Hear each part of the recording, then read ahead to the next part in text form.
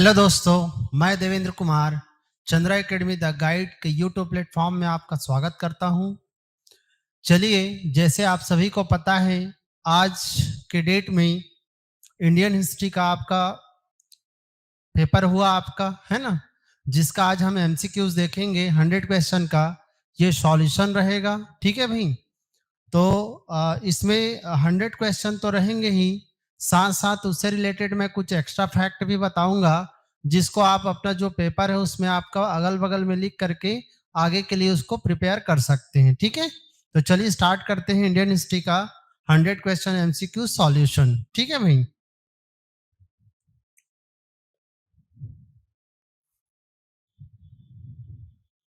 देखिए, पहला क्वेश्चन हमारे सामने है, पढ़ते हैं इसको, ठीक है।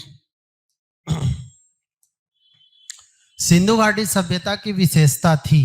आपको सिंधु घाटी सभ्यता से रिलेटेड 4 आपके क्वालिटीज दिए गए हैं, विशेषता दिए गए हैं। इनमें से कौन सा राइट है आपको चूज करना है। क्या वर्ण व्यवस्था देखने को मिलेगा, कृषि की प्रधानता, विदेशी व्यापार कि नगर नियोजन। तो आप सभी को पता है, हम बार बार पढ़ते हैं, सिंधु घाटी सभ्यता का सबसे इंपॉर्टेंट कोई दिखता है तो है नगर नियोजन, उनका शहर का निर्माण प्रक्रिया। तो इसका राइट आंसर हो जाएगा बी, ठीक है भाई।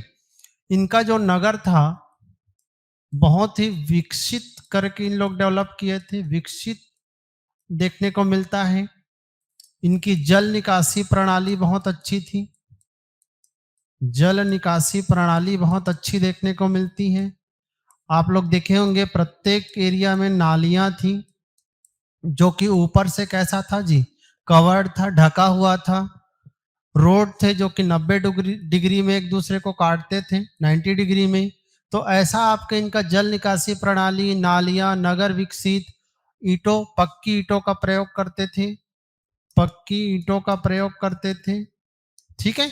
तो इस तरह से बना है, बहुत मैनेज द, इनका ग्रिड प्रणाली बहुत अच्छी थी। तो याद रखना, इसका आंसर क्या हो जाएगा जी, नगर नियोजन की इनकी जो व्यवस्था थी वो कैसी थी, बहुत अच्छी थी। कह सकते हैं कि उस टाइम पीरियड में इनका जो शहर था, याद रखना सिंधु घाटी सभ्यता एक शहरी सभ्यता है ना। जब एग्जाम में पूछे कि सिंधु घाटी सभ्यता क्या ग्रामीण सभ्यता है, तो नहीं, एक प्रकार की कैसी सभ्यता है जी, शहरी सभ्यता है। और इनका शहर बहुत ही मैनेज था, बहुत ही अच्छे से आपका ग्रिड प्रणाली इनकी देखने को मिलता है, ठीक है। चलिए सेकंड क्वेश्चन देखिए, वैदिक लोगों द्वारा सर्वप्रथम किस धातु का प्रयोग किया गया। तो आप सभी को पता है, सर्वप्रथम जो धातु प्रयोग किया गया वो कौन सा धातु था जी, तांबा। तो इसका राइट आंसर क्या हो जाएगा, तांबा हो जाएगा। जबकि वैदिक काल में याद रखना, उत्तर वैदिक काल, कौन सा में जी, उत्तर वैदिक काल में अगर देखा जाए तो उत्तर वैदिक काल में सबसे पहले जिस धातु का प्रयोग किया गया वो कौन सा धातु था जी, लोहा, ठीक है। लेकिन यहाँ पे राइट आंसर आपका क्या हो जाएगा, तांबा, याद रखेंगे, ठीक है। चलिए देखिए थर्ड क्वेश्चन क्या है। हड़प्पा सभ्यता का युग था। आपको पूछा जा रहा है कि जो सिंधु घाटी सभ्यता, जिसको हम हड़प्पा सभ्यता के नाम से जानते हैं, किस युग में इसकी हम स्टडी करते हैं, इसकी पढ़ाई करते हैं।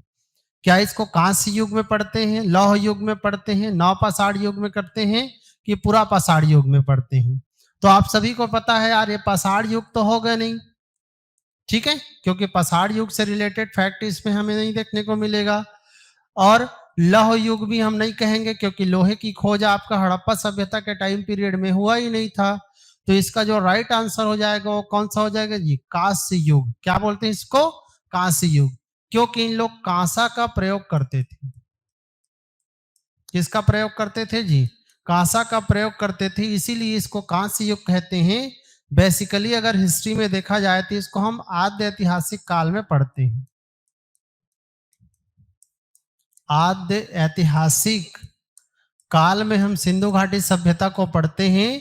और इस आद्य ऐतिहासिक काल में पढ़ने की वजह से, प्लस इन लोग कांसा का प्रयोग करते थे, इस वजह से इस टाइम पीरियड को हम एक और नाम से जानते हैं, कौन सा आपका जी, कांस्य युग। तो इसका राइट आंसर क्या हो जाएगा, कांस्य युग होगा, याद रखिएगा, ठीक है। सिंधु घाटी सभ्यता का टाइम पीरियड आप सभी को पता होगा, कब से कब मानते हैं जी, 2300 ईसा पूर्व से लेकर 1750 ईसा पूर्व का टाइम पीरियड है।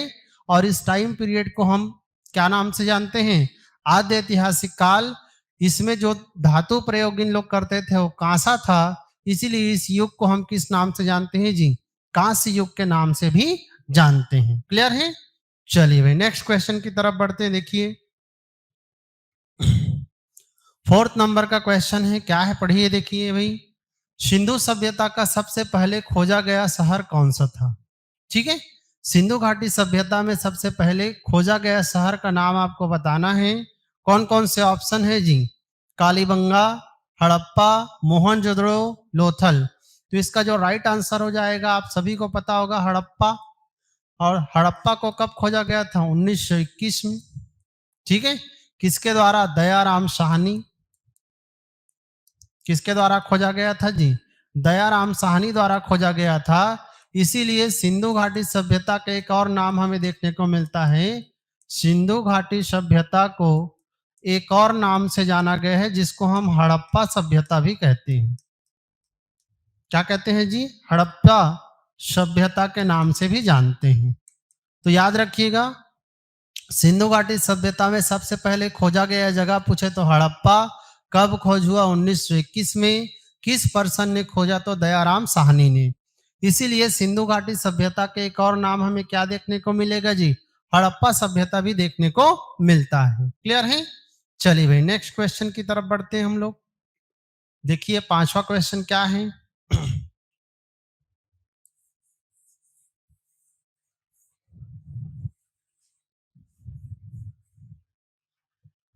चलिए भाई देखिए 5वां क्वेश्चन, सिंधु घाटी सभ्यता का नामकरण किसने किया था? ठीक है, अब सिंधु घाटी सभ्यता के तो नाम बहुत सारे मिलते हैं, जैसे सिंधु घाटी सभ्यता, सिंधु सरस्वती सभ्यता भी कहते हैं, कांस्य युगीन सभ्यता कहते हैं, आद्य ऐतिहासिक कालीन सभ्यता के नाम से भी जानते हैं, हड़प्पा सभ्यता भी कहते हैं, शहरी सभ्यता भी कहते हैं। तो इसके नामकरण के पीछे किस पर्सन का हाथ है पूछे, तो इसका नामकरण के पीछे याद रखना जॉन मार्शल। क्या नाम आता है जी? जॉन मार्शल ने इनको सिंधु घाटी सभ्यता नामकरण देखने को मिलता है, क्योंकि जॉन मार्शल के नेतृत्व में ही जगहों की क्या हुआ था जी? खोज हुआ था। ठीक है, ये आपका जॉन मार्शल के नेतृत्व में हुआ था, जो उस समय आर्कोलॉजिकल सर्वे ऑफ इंडिया के रूप में हमें देखने को मिलता है। तो याद रखिएगा, सिंधु घाटी सभ्यता का नामकरण किसने किया? तो सर जॉन मार्शल। ठीक है, देखिए भाई 6 नंबर, सिंधु सभ्यता का सबसे बड़ा स्थल कौन सा है? देखिए भाई, सिंधु सभ्यता का सबसे बड़ा स्थल हमारे इंडिया में हम मानते हैं किसको जी? राखी गढ़ी। किसको मानते हैं जी? राखी गढ़ी को मानते हैं, जो कि आपको कौन से स्टेट में मिलेगा जी? हरियाणा में देखने को मिलता है। तो याद रखिएगा, सिंधु सभ्यता का सबसे बड़ा स्थल इंडिया में कौन सा माना गया है? तो राखी गढ़ी। अगर पूरा ओवरऑल देखें तो बहुत बड़ा एक स्थल और कौन सा है जी? मोहनजोदड़ो का नाम भी आता है। तो दोनों का नाम याद रखिएगा।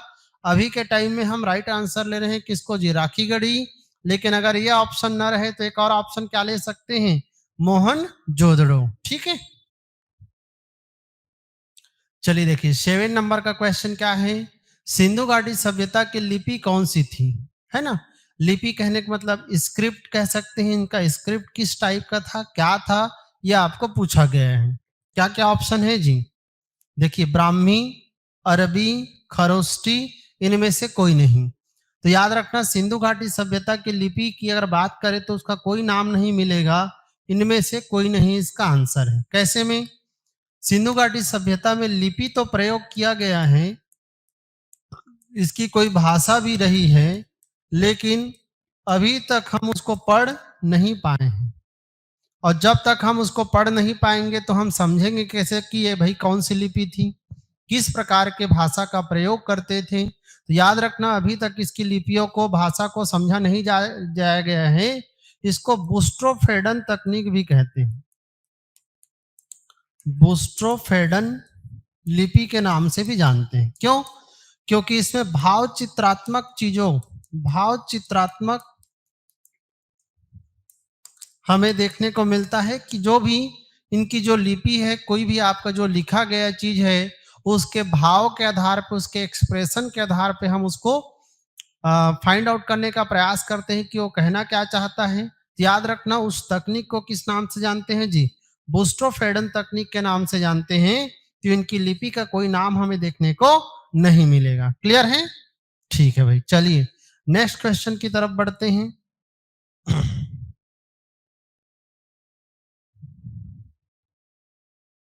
देखिए भाई 8वें नंबर का क्वेश्चन हमारे सामने, पढ़ते हैं इसको और फिर इसका सही मिलान हमको करना है। ठीक है? देखिए एक साइड में हमें कुछ आपके दिए गए हैं, दूसरे साइड में उसके संस्थापक से रिलेटेड आपका फैक्ट है। तो प्रार्थना समाज, रामकृष्ण मिशन, सत्य शोधक समाज और मोहम्मद एंग्लो ओरिएंटल कॉलेज। ठीक है? तो प्रार्थना समाज आप सभी को पता होगा, इसका निर्माण 1867 के आसपास हमें देखने को मिलेगा और जिसमें नाम जुड़ा है किस पर्सन का जी, महादेव गोविंद रनाडे। इसमें और नाम आप लोग पढ़े होंगे, आत्माराम पांडुरंगा। आत्माराम क्या नाम है जी, पांडुरंगा। तो याद रखिएगा इसका राइट मैच हो जाएगा महादेव गोविंद रनाडे। रामकृष्ण मिशन जो कि आपको 1897 के टाइम में देखने को मिलेगा और इसके निर्माणकर्ता कौन माने जाते हैं जी, स्वामी विवेकानंद, जिन्होंने अपने गुरु के नाम पर इसका नामकरण किया था।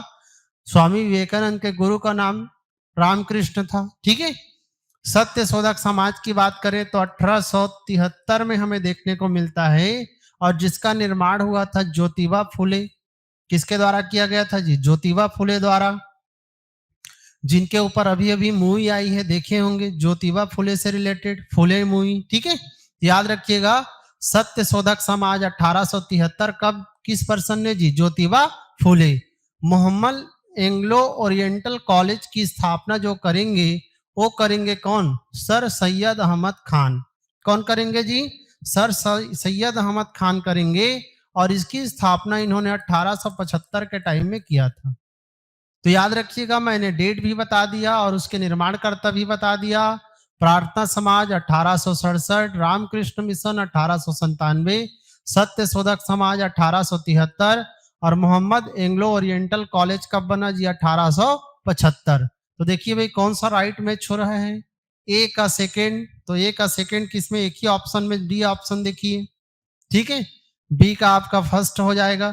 तो याद रखना इसका जो राइट आंसर हो जाएगा डी ऑप्शन। कौन सा ऑप्शन जी, डी ऑप्शन। जब भी ऐसा क्वेश्चन आता है तो बस आपको रिकॉल करना है कि किस संगठन को किसके द्वारा निर्माण किया गया, कब निर्माण किया गया और किससे जुड़ा हुआ है। ठीक है? याद रखिएगा इसका राइट आंसर क्या हो जाएगा, डी ऑप्शन। चलिए भाई 9 नंबर का क्वेश्चन है, पढ़ते हैं इसको फिर से।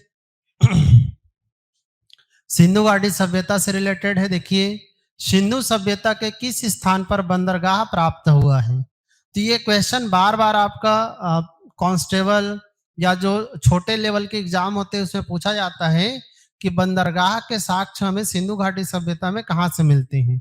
तो इसका जो राइट आंसर हो जाएगा वो कौन सा हो जाएगा जी, लोथल, जो कि आपको कौन से स्टेट में मिलेगा, गुजरात में। ठीक है? तो याद रखना सिंधु घाटी सभ्यता के एक बंदरगाह के रूप में हमें देखने को मिलेगा कौन सा जी, लोथल है। और ये लोथल कौन से स्टेट में हमें मिलता है, तो क्या लगाइएगा, गुजरात। और आप सभी को पता होगा कि गुजरात हमारे देश, हमारे कौन से सागर के तट में है जी, तो देखिए ये है हमारा गुजरात और गुजरात के ये वाला एरिया आप सभी को पता होगा अरब सागर का एरिया है। कौन सा एरिया जी, अरब सागर। तो याद रखना एक बंदरगाह के रूप में इस्तेमाल किया गया है किस जगह का, लोथल। ठीक है? देखिए 10वां क्वेश्चन, सिंधु सभ्यता का विशाल स्नानागार प्राप्त हुआ है। विशाल स्नानागार मतलब नहाने का इनका जो स्थान था, नहाने का स्थान के रूप में हमें देखने को मिलता है। और बड़े बड़े स्नानागार वगैरह हमें देखने को मिलेगा कहाँ पे जी, मोहनजोदड़ो में। तो इसका राइट आंसर हो जाएगा आपका कौन सा ऑप्शन, सी ऑप्शन। तो याद रखिएगा विशाल स्नानागार हमें कहाँ से प्राप्त होता है, तो क्या लगाना है जी, मोहनजोदड़ो। ठीक है? चलिए नेक्स्ट क्वेश्चन देखिए भाई 11 नंबर का क्वेश्चन क्या है, पढ़ते हैं। सत्यमेव जयते कहां से लिया गया है। ठीक है? इसको मैं कई बार आपको बताया भी हूं कि सत्यमेव जयते हमारे देश का राष्ट्रीय वाक्य है, नेशनल स्लोगन है। और सत्यमेव जयते हम लोगों ने कहां से लिया है जी, मुंडकोपनिषद से लिया है। किसे लिया है जी? मुंडकोपनिषद से लिया है। तो इस फैक्ट को याद रखिएगा, सत्यमेव जयते कहां से लिया गया है? तो मुंडकोपनिषद। छंदोग्य उपनिषद के बारे से बताया था कि इसमें आश्रम व्यवस्था की जानकारी मिलता है। कौन सी व्यवस्था की जानकारी है जी? आश्रम व्यवस्था। 3 आश्रम की जानकारी, 4 आश्रम की जानकारी मैंने आपको बताया था, जवालो उपनिषद में मिलता है। कौन से उपनिषद में जी? जवालो उपनिषद। अब इसको आप लोग कमेंट करके बताएंगे कि ये 4 आश्रम कौन कौन से थे। ठीक है भाई, तो याद रखिएगा, सत्यमेव जयते जो राष्ट्रीय वाक्य है कहां से लिया गया है जी? मुंड कोपनिषद से। ठीक है, देखिए 12वें नंबर का क्वेश्चन, उपनिषदों की संख्या कितनी है? तो उपनिषदों की संख्या मैं आपको बता चुका हूं कि उपनिषदों की संख्या कितना माना गया है जी? 108 देखने को मिलता है। ठीक है, तो याद रखना 108 उपनिषद से। उपनिषद का मीनिंग मैंने बताया था, उपनिषद का मीनिंग क्या होता है जी? गुरु के समीप बैठ करके क्या करना जी? शिक्षा लेना। ठीक है, गुरु के समीप बैठ करके शिक्षा लेना हम कहते हैं किसको जी? उपनिषद को। और उपनिषद ही क्या हो जाता है जी? यहाँ पे वेदों का अंत हो जाता है। वेदों का अंत होता है, इसलिए उपनिषदों को ही हम क्या बोलते हैं? वेदांत के नाम से भी जानते हैं। जैसे कि स्वामी विवेकानंद की जो फिलॉसफी है वो वेदांत पर आधारित है, ऐसे आप सुने होंगे। तो वेदांत पर आधारित कहने का मतलब है कि उनका जो है सिद्धांत वो किस पर आधारित है जी? उपनिषदों पे आधारित है। याद रखिएगा, उपनिषद में ही हमें सबसे पहले सत्य, आत्मा, परमात्मा, मोक्ष, मृत्यु, इन सब की सच्चाइयों के बारे से दार्शनिक विचारधारा देखने को मिलता है। तो याद रखना, उपनिषदों की संख्या टोटल कितनी मिलती है जी? 108 मिलती है। उपनिषद का अर्थ क्या होता है? गुरु के समीप बैठ करके क्या करना? शिक्षा अध्ययन करना। उपनिषद वेदों का अंतिम हिस्सा है, इसीलिए इसको वेदांत कहते हैं। और इसमें दार्शनिक विचारधारा हमें देखने को मिलती है। ठीक है, चलिए नेक्स्ट क्वेश्चन देखिए भाई।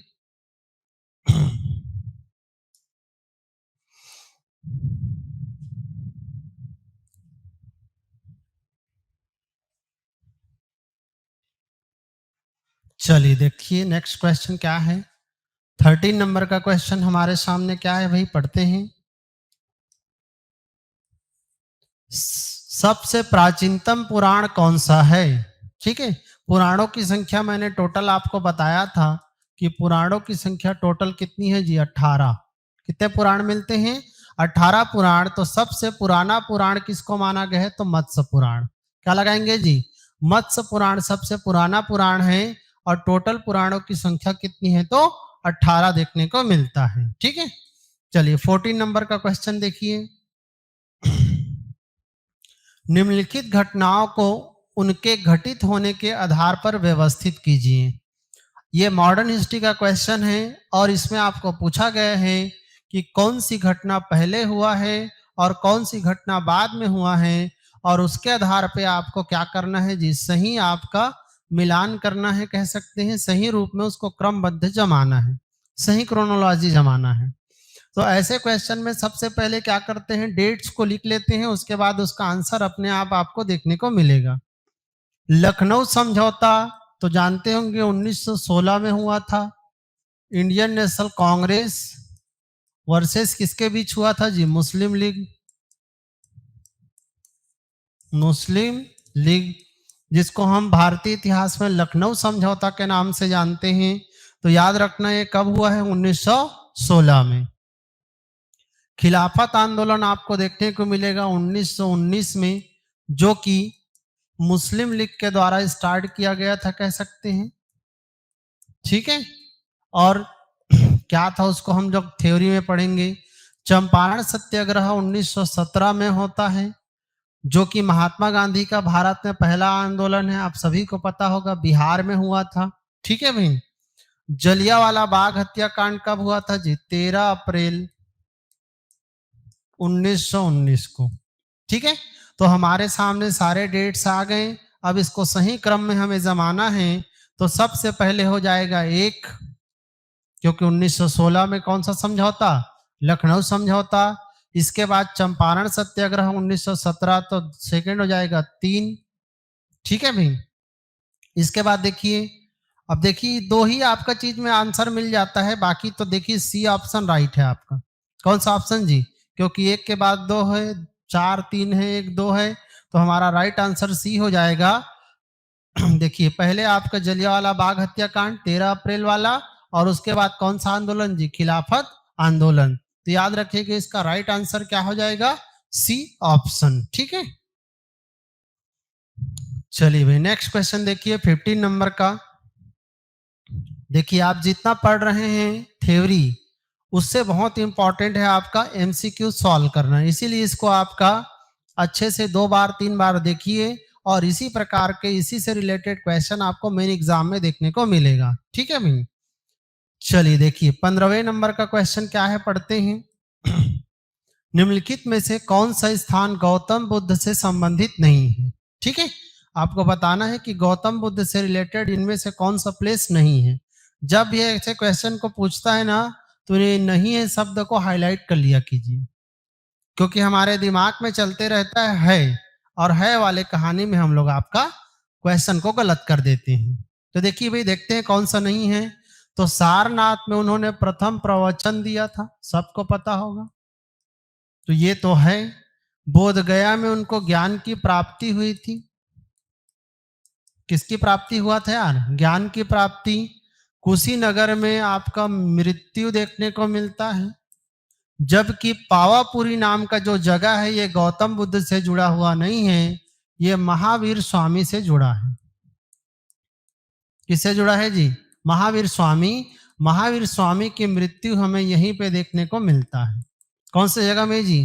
पावापुरी में। तो इसका जो राइट आंसर हो जाएगा वो कौन सा हो जाएगा? पावापुरी। ठीक है, देखिए 16 नंबर का क्वेश्चन। गौतम बुद्ध की मृत्यु के बाद किस बौद्ध संगीति का आयोजन किया गया था? तो पहली बात तो यही याद रखिएगा, गौतम बुद्ध जी की मृत्यु कब हुआ था जी? 483 बीसी। कब हुआ था उनकी मृत्यु जी? 483 ईसा पूर्व में देखने को मिलता है। और 483 ईसा पूर्व में आप सभी को पता होगा पहला बौद्ध संगीति हुआ था कहाँ पे जी? राजगृह में। कहाँ हुआ था जी? राजगृह में। तो याद रखना 483 ईसा पूर्व में गौतम बुद्ध जी की मृत्यु, और उनके मृत्यु पर पहली बौद्ध संगीति होती है कहाँ पर जी? राजगृह में। ठीक है, चलिए नेक्स्ट क्वेश्चन देखते हैं। देखिए 17 नंबर। गौतम बुद्ध जी के गृह त्याग का प्रतीक किसे माना जाता है? गौतम बुद्ध जो घर छोड़ करके जाते हैं, गृह त्याग करते हैं, तो पहली बात तो याद रखना इसको महाभिनिष्क्रमण कहा गया है। क्या बोला गया इसको जी? महाभिनिष्क्रमण के नाम से जानते हैं। महाभिनिष्क्रमण का अर्थ ही होता है घर से क्या निकलना? बाहर निकलना। और आप सभी को पता होगा कि वो जब घर से निकलते हैं तो उनका एक घोड़ा था, और घोड़ा का नाम था कंथक।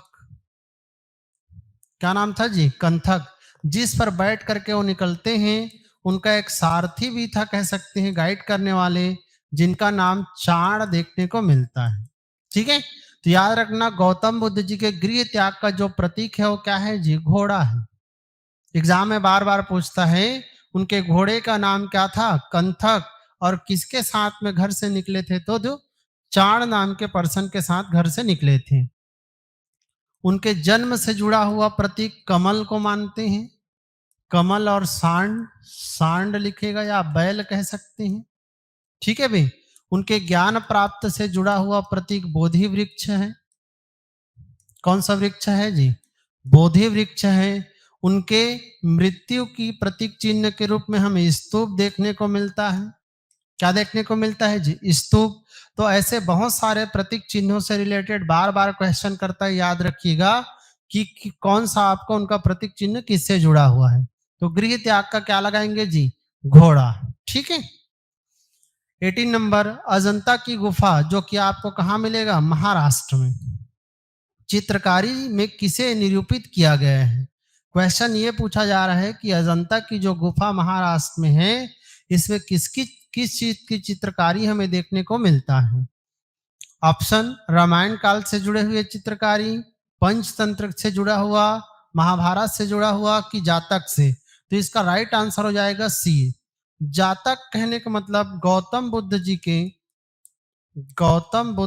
के पूर्व जन्म से जुड़े हुए जो घटनाएं हैं उसको जातक कथा कहा जाता है। क्या कहा जाता है जी? जातक कथा। और इन्हीं से जुड़े हुए कहानियों या इन्हीं से जुड़े हुए प्रतीक चिन्हों का चित्रकारी वगैरह हमें देखने को मिलता है किस गुफा में जी? अजंता की गुफा में। और अजंता की गुफा आपको कौन सी स्टेट में मिलेगा जी? महाराष्ट्र में देखने को मिलता है। क्लियर है? देखिए भाई, जिन लोग चंद्रा एकेडमी से जुड़े हैं उन लोग के लिए तो प्रॉफिटेबल है, साथ साथ बाकी बच्चों के लिए भी ये इम्पॉर्टेंट है। इसके साथ में जिन लोग तैयारी करना चाहते हैं उन लोग आ करके ऑफलाइन हमारे ब्रांच में आकर आइए, पढ़िए और अपने सपनों को साकार कीजिए, सफलता प्राप्त कीजिए। जिन लोग दूर दराज के क्षेत्र से हैं, आ नहीं सकते, बजट कम है, उन लोग ऑनलाइन कोर्स लेकर भी क्या कर सकते हैं जी? अपने घर में रह करके तैयारी कर सकते हैं। और आप सभी को मैं बता दूं, हमारे चंद्रा एकेडमी के द्वारा जो आपका फीस रखा गया है वो बहुत ही नॉमिनल है, बहुत ही कम फीस में आपको स्टडी कराया जाएगा। तो आप अपने सपनों को साकार करने के लिए कभी भी पीछे मत हटिए। आज के समय में इकोनॉमिकल प्रॉब्लम, आर्थिक समस्या किसी को नहीं है, बस आपको पढ़ने का क्या होना चाहिए जी? जुनून होना चाहिए। और जुनून अगर आप में है तो आप इस देश के क्या, इस दुनिया के किसी भी कोने में बैठ करके आप पढ़ सकते हैं और पढ़ करके सफल हो सकते हैं। ठीक है, तो चलिए भाई नेक्स्ट क्वेश्चन की तरफ बढ़ते हैं। 18 हो गया। चलिए नेक्स्ट क्वेश्चन क्या है देखिए।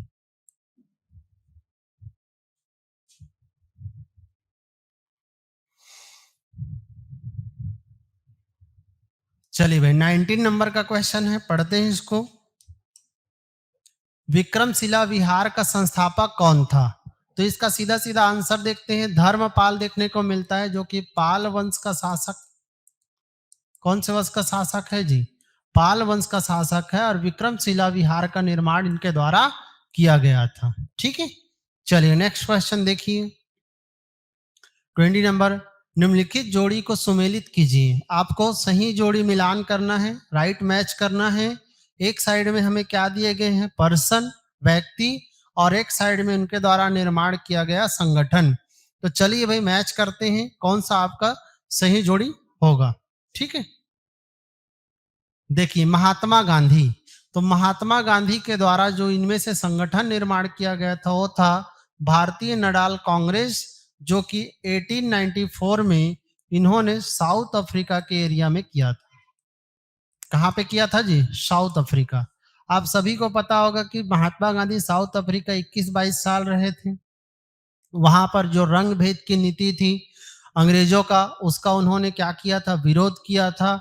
और वहीं से पॉपुलर होकर के फिर हमारे इंडिया में उन्होंने स्वतंत्रता आंदोलन किया था। ठीक है, तो याद रखना भारतीय नटाल कांग्रेस की स्थापना किसके द्वारा जी?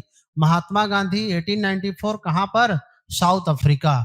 भगत सिंह की बात करें तो भगत सिंह ने जो संगठन निर्माण किया था वो था भारत नौजवान सभा, जिसका निर्माण 1926 में इन्होंने लाहौर में किया था। कहाँ पे किया था जी? लाहौर में। ठीक है, तो याद रखना नौजवान सभा अगर पूछा जाए तो इसके निर्माणकर्ता के रूप में हम किसको लेते हैं जी? भगत सिंह जी को लेते हैं। और कब किया था? तो 1926 में। दयानंद सरस्वती, आप सभी को पता होगा, आर्य समाज की स्थापना इन्होंने 1875 में किया था। कब किया था जी? 1875 में। कौन सा समाज? आर्य समाज की स्थापना। दादा भाई नौरोजी की बात करें तो इन्होंने यहाँ पे किया है, कहाँ पे जी? ईस्ट इंडिया एसोसिएशन की स्थापना किया था। और ईस्ट इंडिया एसोसिएशन कहाँ पे देखने को मिलेगा आपको? लंदन में। कहाँ पे जी? लंदन में इस संस्था की स्थापना किया था 1866 के आसपास में। तो याद रखना, मैं एक क्वेश्चन से रिलेटेड कई आपको फैक्ट बता रहा हूं जो आपकी एग्जाम के लिए इंपॉर्टेंट है। इसको आप लिख करके रखेंगे। ठीक है, महात्मा गांधी भारतीय Natal Congress south Africa 1894, Bhagat Singh Bharat नौजवान सभा 1926 लाहौर, दयानंद सरस्वती आर्य समाज 1875, दादा भाई नौरोजी ईस्ट इंडिया एसोसिएशन 1866। कहां पर जी? लंदन में इस संगठन का निर्माण इन्होंने किया था। तो देखिए भाई राइट मैच कौन सा हो जाएगा? ए का 4, ए का 4 हो गया, बी का आपका कौन सा होगा? 3। तो देखिए ये वाला ऑप्शन मिल रहा है आपको, तो इसका सी ऑप्शन राइट होगा। ठीक है, दयानंद सरस्वती 2 हो जाएंगे और दादा भाई नौरोजी 1। ठीक है, याद रखना इसका राइट आंसर कौन सा ऑप्शन हो जाएगा जी? सी ऑप्शन। चलिए भाई नेक्स्ट क्वेश्चन देखिए 21 नंबर का। कैवल्य कौन से धर्म से संबंधित है? तो कैवल्य शब्द मैंने आपको कई बार बताया है कि कैवल्य मतलब होता है परम ज्ञान।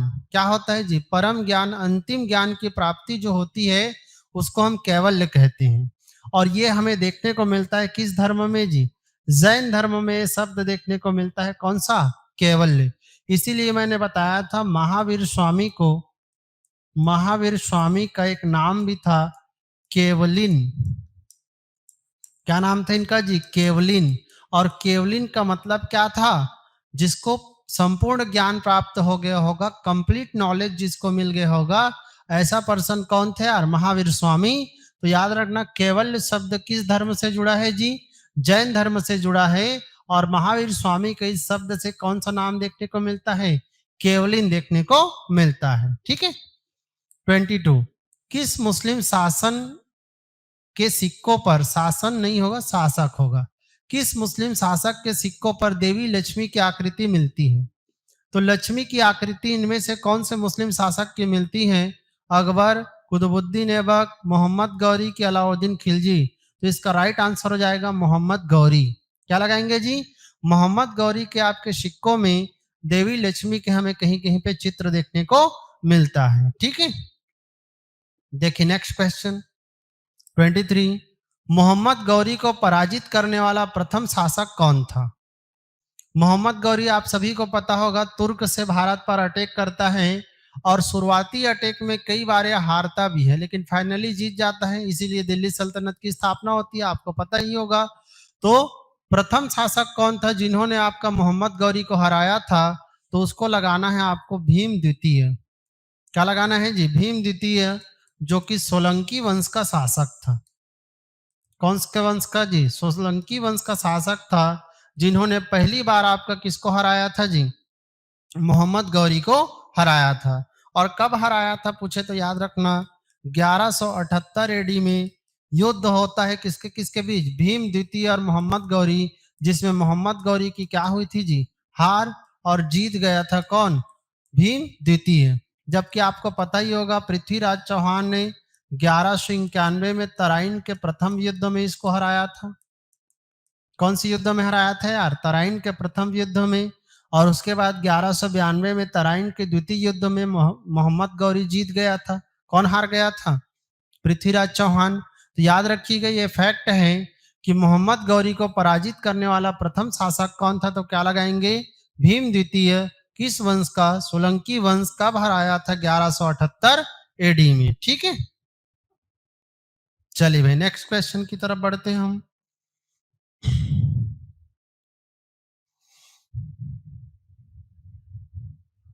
देखिए भाई 24 नंबर का क्वेश्चन है, क्या है पढ़िए इसको।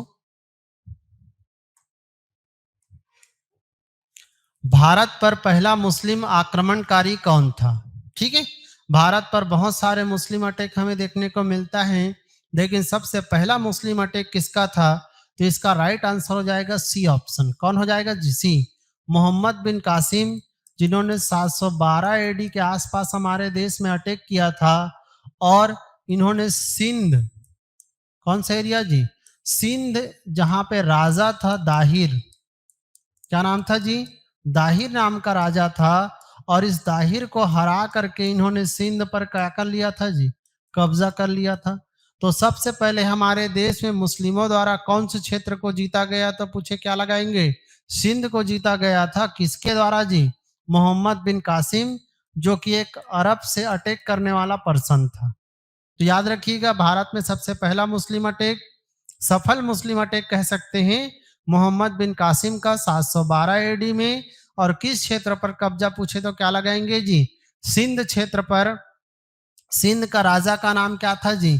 दाहिर था, जिसको हरा करके इन्होंने जीता था। ठीक है, देखिए 25, किस युद्ध द्वारा भारत में मुस्लिम साम्राज्य की स्थापना हुई? तो इनमें से बहुत सारे देखिए इंपॉर्टेंट हैं कि कौन सा ऐसा युद्ध था जिस युद्ध को जीतने के बाद मुस्लिम साम्राज्य की स्थापना हमें देखने को मिलता है। तो इसका जो राइट आंसर हो जाएगा तराइन का सेकेंड युद्ध, जो कि आपको देखने को मिलेगा 1192 एडी में। किसके किसके बीच हुआ था? तो मोहम्मद गौरी वर्सेस पृथ्वीराज चौहान। और आप सभी को पता होगा कि मोहम्मद गौरी और पृथ्वीराज चौहान के तराइन के द्वितीय युद्ध में क्या हुआ था जी? मोहम्मद गौरी की जीत हुई थी और पृथ्वीराज चौहान की क्या हुई थी? हार। क्योंकि पृथ्वीराज चौहान के एक दुश्मन कह सकते हैं जयचंद, जिन्होंने आपका साथ दिया था किसका? मोहम्मद गौरी का। और पृथ्वीराज चौहान के हारने के बाद भारत में और कोई ऐसा व्यक्ति नहीं बचा जो कि मोहम्मद गौरी को रोक सके उनके साम्राज्य स्थापना से। इसीलिए देखे होंगे पृथ्वीराज चौहान को कहा जाता है भारतीय राजवंश का अंतिम सूर्य। क्या बोलते हैं इसको जी? भारतीय राजवंश का अंतिम सूर्य कहा जाता है। और इसके बाद भारत में कोई व्यक्ति नहीं कह सकते हैं रोकने वाला गौरी को। और इसीलिए गौरी ने आगे चल के उसके गुलामों के द्वारा किस वंश की स्थापना किया था यार? कुतुबुद्दीन ऐबक सुने होंगे। और कुतुबुद्दीन ऐबक ने गुलाम वंश की क्या किया था? शुरुआत किया था, जो कि दिल्ली सल्तनत का पहला वंश आपको देखने को मिलता है। तो याद रखिएगा, तराइन का द्वितीय युद्ध ही वो युद्ध है जिसके आपका हारने से भारत में मुस्लिम साम्राज्य की क्या हो गई थी जी? स्थापना देखने को मिलता है। ठीक है भाई, चलिए 26 नंबर का क्वेश्चन क्या है पढ़ते हैं। किस शासक ने सल्तनत की राजधानी दिल्ली को बनाया था? ठीक है, अब यहां से आपका एक क्वेश्चन बनेगा कि भाई जो पहला राजा था कुतुबुद्दीन ऐबक गुलाम वंश का, क्या उसकी राजधानी क्या थी? ठीक है, देखिए, इल्तुतमिश, रजिया सुल्तान, मोहम्मद गौरी की कुतुबुद्दीन ऐबक। तो देखिए भाई, इसका जो राइट आंसर हो जाएगा, किस शासक ने सल्तनत की राजधानी दिल्ली बनाई थी? तो क्या लगाएंगे? इल्तुतमिश। क्योंकि कुतुबुद्दीन ऐबक ने स्थापना किया था किस वंश को जी? गुलाम वंश। लेकिन इन्होंने अपनी जो राजधानी रखा था लाहौर। याद रखना, कुतुबुद्दीन ऐबक की जो कैपिटल थी वो कौन सी थी जी? लाहौर देखने को मिलता है। और यही लाहौर में 1210 में पोलो खेलते हुए किसका डेथ हो गया था जी? कुतुबुद्दीन ऐबक का। पोलो या चौगान, घोड़े से गिर करके मर गया था, जानते होंगे। इसके बाद हमें देखने को मिलता है कौन जी? इल्तुतमिश, जिन्होंने अपनी राजधानी किसको बनाया था? दिल्ली को बनाया था। इसीलिए दिल्ली सल्तनत का वास्तविक संस्थापक किसे कहा जाता है? इल्तुतमिश को। जबकि दिल्ली सल्तनत का संस्थापक पूछे तो क्या लगाइएगा? कुतुबुद्दीन ऐबक। क्लियर है? क्योंकि देखिए, नाम से ही दिल्ली सल्तनत है, दिल्ली में सल्तनत चला, शासन चला कह सकते हैं। और दिल्ली को अपनी राजधानी के रूप में किस पर्सन ने आपका बनाया? तो क्या लगाएंगे जी? इल्तुतमिश का नाम इसमें आता है। ठीक है, चलिए भाई नेक्स्ट क्वेश्चन देखिए 27 नंबर का।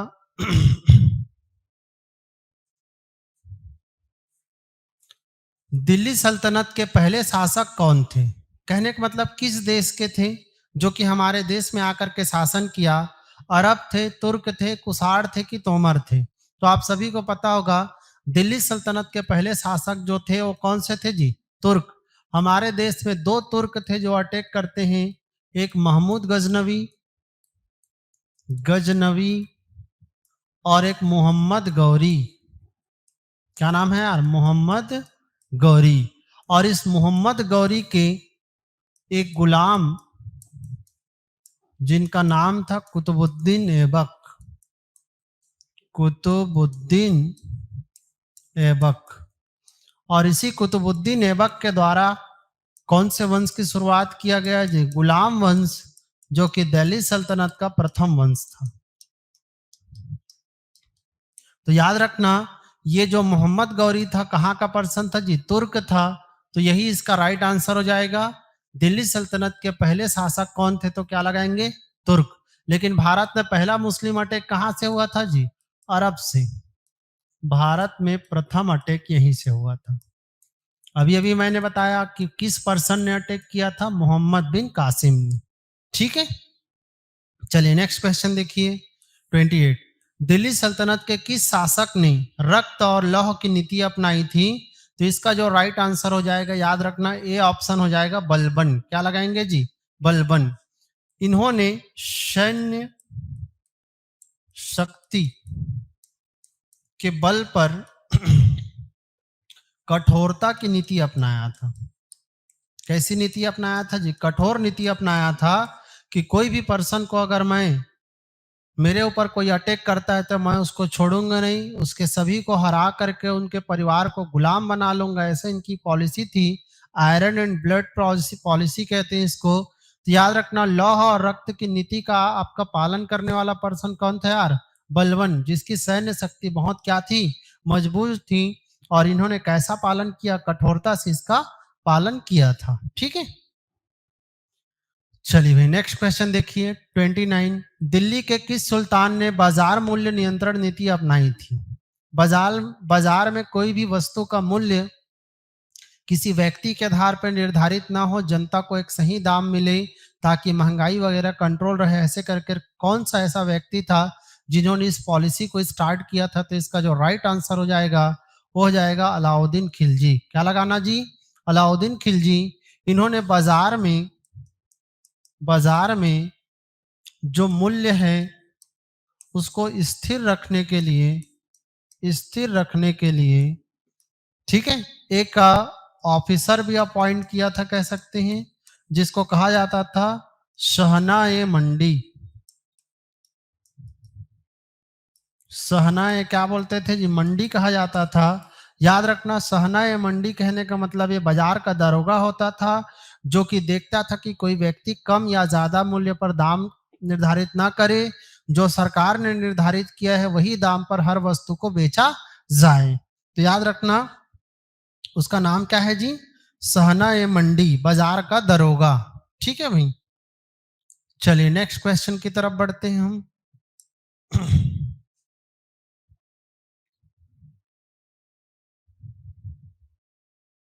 देखिए भाई 30 नंबर का क्वेश्चन हमारे सामने है, पढ़ते हैं इसको। सल्तनत के किस शासक ने कृषि विभाग की स्थापना की थी? दिल्ली सल्तनत में ऐसा कौन सा, यहाँ पे ऑप्शन में जो राजा हैं जिन्होंने कृषि विभाग की स्थापना किया था पूछा गया है। तो इसका जो राइट आंसर हो जाएगा वो हो जाएगा बी ऑप्शन, मोहम्मद बिन तुगलक। क्या लगाएंगे जी? मोहम्मद बिन तुगलक। और इसको क्या नाम से जाना जाता था? दीवान ए कोही। क्या बोलते थे इसको जी? दीवान ए कोही कहते थे। ये कैसा विभाग था? तो कृषि विभाग। ठीक है, जानते होंगे मोहम्मद बिन तुगलक को भारत में एक विवादित राजा के रूप में हम लोग देखते हैं। एल्फिस्टन नाम के पर्सन ने तो इसको पागल सुल्तान भी कहा है। क्या कह दिया है जी? पागल सुल्तान भी कह दिए, क्योंकि सनकी था, किसी का सुनता नहीं था। लेकिन याद रखना, ये सबसे पढ़ा लिखा राजा माना गया है दिल्ली सल्तनत का। अपने युग का अरस्तु कहलाता है। ठीक है, तो इन्होंने कृषि विभाग की स्थापना किया था। नाम क्या था जी? दीवान ए कोही। ये कौन सा डिपार्टमेंट था पूछे तो क्या लगाएगा? कृषि विभाग। नेक्स्ट देखिए 31। तैमूर लंग का आक्रमण किसके शासनकाल में हुआ था? तो तैमूर लंग जानते होंगे 1398 एडी में अटैक करता है हमारे इंडिया पर, और उस समय नसरुद्दीन महमूद शाह तुगलक का शासन था। ये कौन से डायनेस्टी का पर्सन था जी?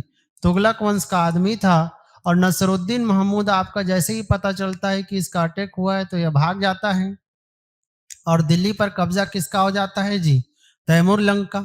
ठीक है, और तैमूर लंग की सहायता करने वाले पर्सन का नाम था खिज्र खां सैयद, जिनको आगे चल के जब तैमूर लंग यहाँ से चले जाते हैं तो खिज्र खां सैयद को आपका दे देते हैं जितना भी जीता गया जो क्षेत्र था। और इसीलिए खिज्र खां सैयद ने एक नया वंश की स्थापना किया था। कौन सा? सैयद वंश का आप लोग पढ़े होंगे। ठीक है, तो याद रखना, ये कौन सा होगा right answer? C option. 32। Mohammad bin Tughlaq ने अपनी राजधानी दिल्ली से कहां परिवर्तित किया था? देखिए कुछ क्वेश्चन को हमें जल्दी जल्दी क्विक करना पड़ेगा, क्योंकि क्वेश्चन जानते होंगे 100 क्वेश्चन है, बहुत सारा है। और इसको करने में फिर अगर एक्सप्लेन करेंगे तो टाइम ज़्यादा लग जाएगा। ठीक है भाई? तो मोहम्मद बिन तुगलक ने अपनी कैपिटल दिल्ली से कहाँ परिवर्तित किया था? तो दौलताबाद, या इसी को देवगिरी भी कहते हैं, जो कि आपको महाराष्ट्र के एरिया में देखने को मिलेगा। ठीक है? तो इसका राइट आंसर क्या हो जाएगा जी? दौलताबाद हमें देखने को मिलता है। कब किया था जी? लगभग 1327 के आसपास हमें देखने को मिलता है। ठीक है? तो याद रखना 1327 में इन्होंने अपनी कैपिटल चेंज किया था, दिल्ली से कहाँ जी? दौलताबाद, देवगिरी। ठीक है? चलिए नेक्स्ट देखिए 33 नंबर का, फिरोज शाह तुगलक द्वारा स्थापित दारुल सफा क्या था? तो फिरोज शाह तुगलक एक बहुत ही इंपॉर्टेंट रूलर है, देखिए तुगलक वंश का, और इन्होंने एक डिपार्टमेंट बनवाया है जिसका नाम क्या है जी? दारुल सफा, जो कि एक अस्पताल होता था, एक सरकारी अस्पताल। कैसा अस्पताल था जी? सरकारी अस्पताल होता था, जहां पे लोगों को आपका फ्री में ट्रीटमेंट दिया जाता था, ऐसे भी हमें पढ़ने को मिलता है। इन्होंने और बहुत सारे आपका विभाग बनवाया था, जैसे दीवान बंदगन, और दीवान बंदगन इन्होंने गुलामों के लिए बनवाया था। किनके लिए जी? गुलामों के लिए। इसी तरह एक दो और विभाग की बात करें हम लोग, दीवान खैरात देखने को मिलता है, दीवान ए खैरात, और ये दीवान खैरात इन्होंने दानशाला या दान विभाग के रूप में बनवाया था। ठीक है? तो ऐसे कई विभागों का निर्माण आपका फिरोज शाह तुगलक के द्वारा किया गया था। याद रखना दारुल सफा एक अस्पताल, सरकारी अस्पताल था, दीवान बंदगन ये गुलामों के लिए था, दीवान खैरात दान विभाग देखने को मिलता है। ठीक है? चलिए 34 नंबर का क्वेश्चन, इसको भी मैच करना है तो सीधा सीधा हम चलते हैं। कार्नवालिस नाम के जो हमारे पर्सन हैं, अंग्रेज हैं, इन्होंने किस चीज को काम किया था जी? स्थायी बंदोबस्त। वेलेजेली का आप पढ़ते होंगे सहायक संधि, डलहौजी का पढ़ते होंगे व्यापगत का सिद्धांत, हड़प नीति के नाम से जानते हैं, और पैथिक लॉरेंस को आपका कुशल अकर्मण्यता। तो ये इसका हो जाएगा राइट मैच। ठीक है? एक का सी और सेकंड का ए, सी के बाद ए होना चाहिए। उसके बाद देखिए थर्ड का आपका डी, तो थर्ड का डी किस में है? इसमें है। और पैथिक लॉरेंस का बी, तो इसका राइट आंसर हो जाएगा ए ऑप्शन। कौन सा हो जाएगा जी? ए ऑप्शन हो जाएगा, याद रखना। फर्स्ट का सी, सेकंड का ए, थर्ड का आपका डी, और फोर्थ का क्या हो जाएगा जी? बी। तो इसका राइट आंसर ए ऑप्शन। चलिए भाई नेक्स्ट क्वेश्चन की तरफ बढ़ते हैं हम।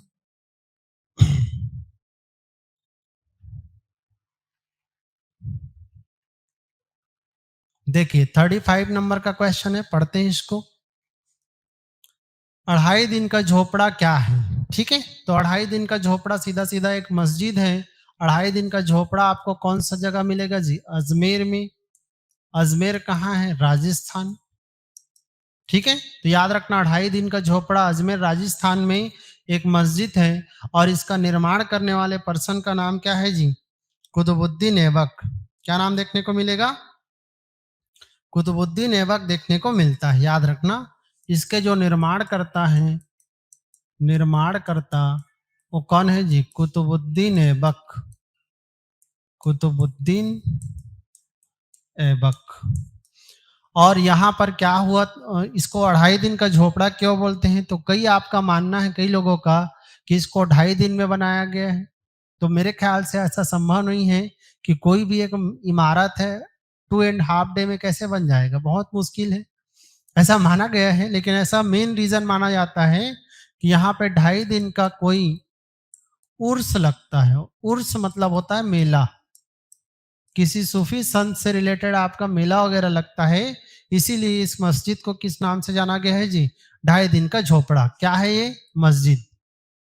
चलिए नेक्स्ट 36, किसके शासनकाल में दिल्ली में नहरों का सर्वाधिक विकास हुआ था? तो बहुत सारे नहरों का निर्माण किया था किस पर्सन ने? फिरोज शाह तुगलक। इसका राइट आंसर हो जाएगा ए ऑप्शन। ठीक है? 37, होली त्योहार में भाग लेने वाला दिल्ली का प्रथम सुल्तान कौन था? तो मोहम्मद बिन तुगलक। ये बहुत ही उदार शासक माना गया है। ठीक है? जो जनता को खुश करने के लिए कह सकते हैं, हिंदुओं के त्योहार होली में भाग लेते थे, तो उनका नाम क्या लगाना है जी? मोहम्मद बिन तुगलक। आगे चल के जैसे कि आप सभी को पता होगा अकबर उसी प्रकार के एक राजा हुए जो कि होली त्योहार को मनाता था और होली के फेस्टिवल में वो नगाड़ा बजाता था, नगाड़ा बजाना पसंद था। जैसे रक्षाबंधन वगैरह मनाता था जहांगीर। ठीक है, तो याद रखिएगा मोहम्मद बिन तुगलक सबसे पहला होली के त्योहार में भाग लेता है।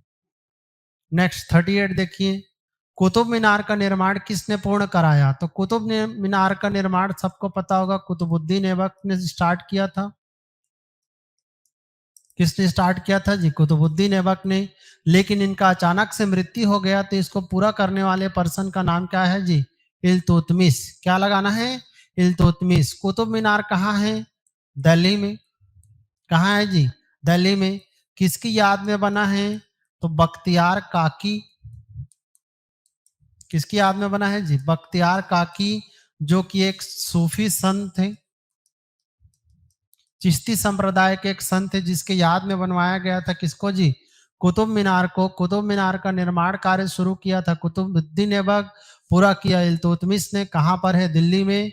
किसकी याद में बना है? तो बख्तियार काकी के याद में बना है। ठीक है। 39, दिल्ली सल्तनत की प्रथम महिला शासिका कौन थी? तो सभी को पता होगा रजिया सुल्तान। क्या लगाएंगे जी? जिन्होंने लगभग 1236 से लेकर 1240 के बीच में शासन किया। ये इनका शासन काल था। इल्तुतमिश की ये पुत्री थी। किसकी पुत्री थी जी? इल्तुतमिश की पुत्री थी, याद रखिएगा। और इन्होंने 1236 से 1240 लगभग 4 साल शासन किया और इसको दिल्ली सल्तनत का प्रथम महिला शासिका का दर्जा हम देते हैं। ठीक है। नेक्स्ट देखिए 40 नंबर, सांची के स्तूप का निर्माण किसके द्वारा किया गया? तो सबको पता है जी, सांची का स्तूप अशोक ने बनवाया। सांची की स्तूप कहाँ पर है? मध्य प्रदेश। मध्य प्रदेश के रायसेन एरिया में है, रायसेन। याद रखिएगा। ठीक है। यह आपका बौद्ध धर्म का एक केंद्र है। कौन से धर्म का जी? बौद्ध धर्म का एक केंद्र है। स्तूप मतलब जानते हैं किसका प्रतीक है? गौतम बुद्ध की मृत्यु का प्रतीक माना गया है। किसको जी? स्तूप। ठीक है। इसको विश्व विरासत सूची में शामिल भी किया गया है। विश्व विरासत सूची में शामिल किया गया है। ठीक है भाई। तो कई फैक्ट है, याद रखना। सांची का स्तूप एक बहुत ही इंपॉर्टेंट जगह है। मध्य प्रदेश के रायसेन जिला के एरिया में बौद्ध धर्म का केंद्र है, विश्व विरासत सूची में शामिल है। और किसके द्वारा बनवाया गया जी? अशोक द्वारा बनवाया इसको गया था। ठीक है।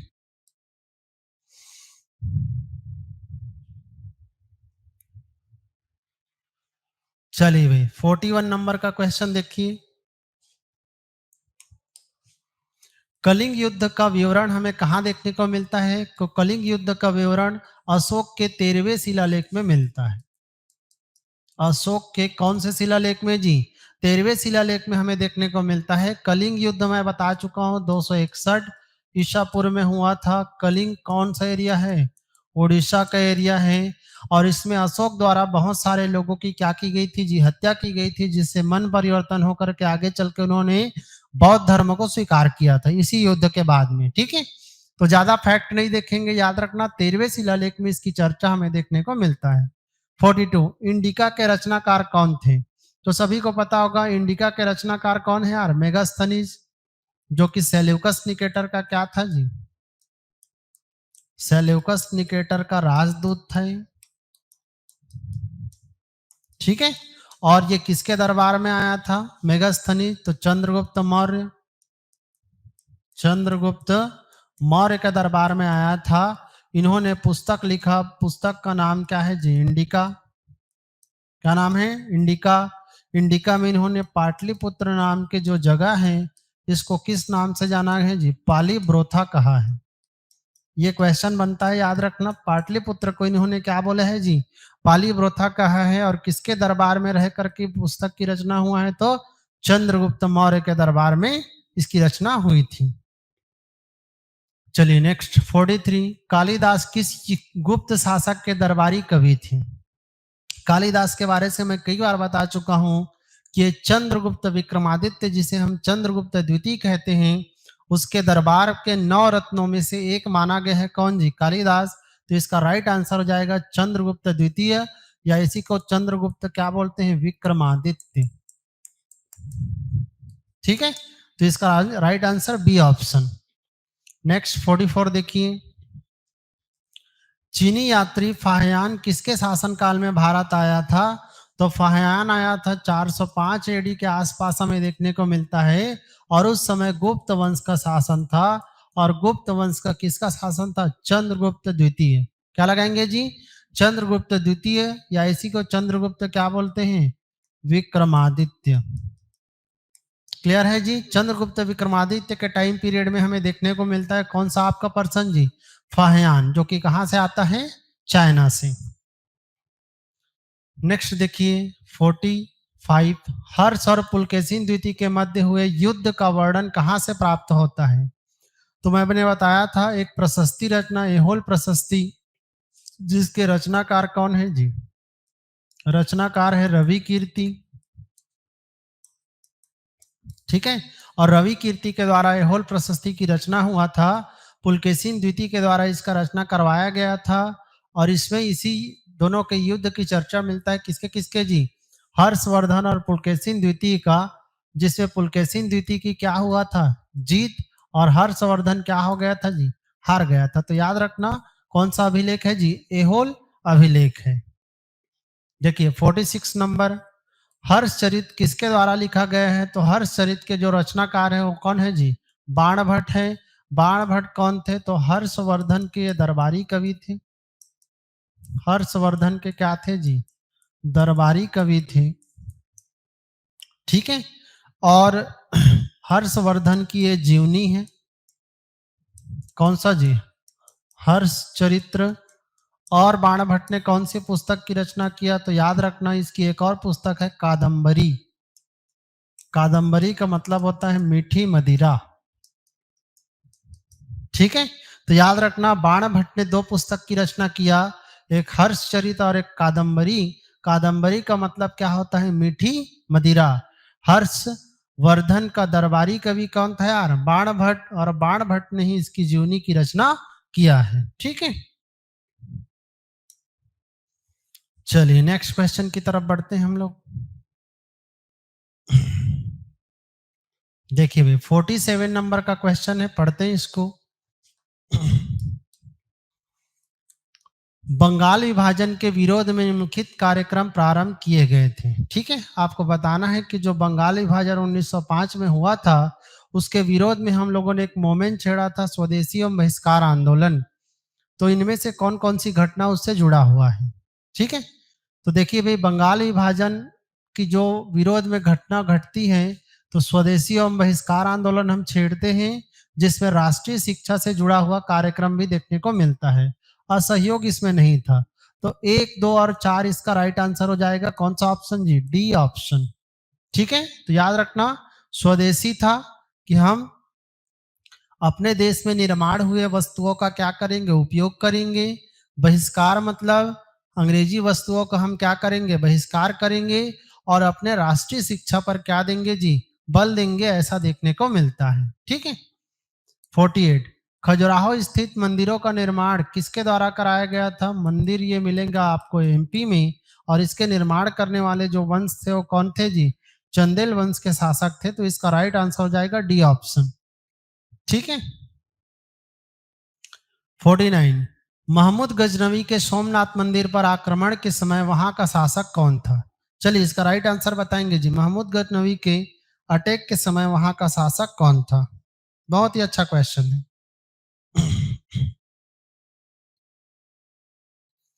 इसका जो राइट आंसर हो जाएगा भीम प्रथम। क्या लगाएंगे? भीम प्रथम, जो कि किस वंश का राजा था यार? सोलंकी वंश का शासक था। सोमनाथ मंदिर कहाँ है जी? ये आपको मिलेगा गुजरात में। और महमूद गजनवी ने अपने 16वां अटैक, कौन सा अटैक जी? 16वां अटैक इसी मंदिर पर किया था, और इस मंदिर को इन्होंने क्या किया था जी? लूट करके ले गया था। बहुत सारे धन संपत्ति से संपन्न मंदिर था हमारा सोमनाथ मंदिर शिव जी का। ठीक है, चलिए नेक्स्ट क्वेश्चन देखते हैं। 50 नंबर का क्वेश्चन है, पढ़ते हैं भाई इसका। क्या होगा राइट आंसर? देखिए, निम्न कथनों को पढ़कर सही विकल्प चुने। हमें स्टेटमेंट दिए गए हैं, स्टेटमेंट को पढ़ना है और पढ़ करके जो राइट है इसमें से उसका आपको चूज करना है, चयन करना है। चलिए देखिए, पढ़ें। देखिए भाई, पहला स्टेटमेंट, 1907 में कांग्रेस अधिवेशन की अध्यक्षता दादा भाई नौरोजी ने किया था। तो यह स्टेटमेंट क्या है जी? गलत। क्योंकि 1907 में जो कांग्रेस का अधिवेशन होता है सूरत, उसके अध्यक्ष तो रास बिहारी क्या थे जी? रास बिहारी घोष थे। तो ये आपका दादा भाई नौरोजी नहीं थे, याद रखना। दादा भाई नौरोजी ने 3 बार कांग्रेस की अध्यक्षता किया है। यह आपका बिल्कुल सही है कि दादा भाई नौरोजी 3 बार कांग्रेस के अध्यक्ष रहे हैं। स्वराज का नारा दादा भाई नौरोजी ने दिया है, तो ये भी क्या है जी? बिल्कुल सही है। तो इसका दूसरा और तीसरा स्टेटमेंट सही है, जबकि पहला स्टेटमेंट क्या है जी? गलत है। तो चलिए भाई, कौन सा ऑप्शन में है? देखिए, कथन एक गलत है, परंतु कथन 2 और 3 सही है। इसका राइट आंसर हो जाएगा बी ऑप्शन। कौन सा हो जाएगी? B option. और इसी सूरत अधिवेशन में आपको पता होगा नरम गरम का कॉन्सेप्ट भी हमें देखने को मिलता है। ठीक है, तो इसका आंसर याद रखना, बी ऑप्शन देखने को मिलेगा। चलिए 51 नंबर का क्वेश्चन पढ़ते हैं। जैन धर्म का वास्तविक संस्थापक किसे माना जाता है जी? तो जैन धर्म का वास्तविक संस्थापक हम महावीर स्वामी को लेते हैं। और सिर्फ अगर संस्थापक पूछता तो जैन धर्म का संस्थापक हम किसको लेते हैं जी? ऋषभ देव को लेते हैं। किसको लेते हैं जी? ऋषभ देव जैन धर्म का संस्थापक था, लेकिन जैन धर्म का वास्तविक संस्थापक महावीर स्वामी कौन से नंबर के? 24वें। ये कौन से नंबर के? पहले नंबर के। ठीक है, चलिए भाई नेक्स्ट क्वेश्चन देखिए।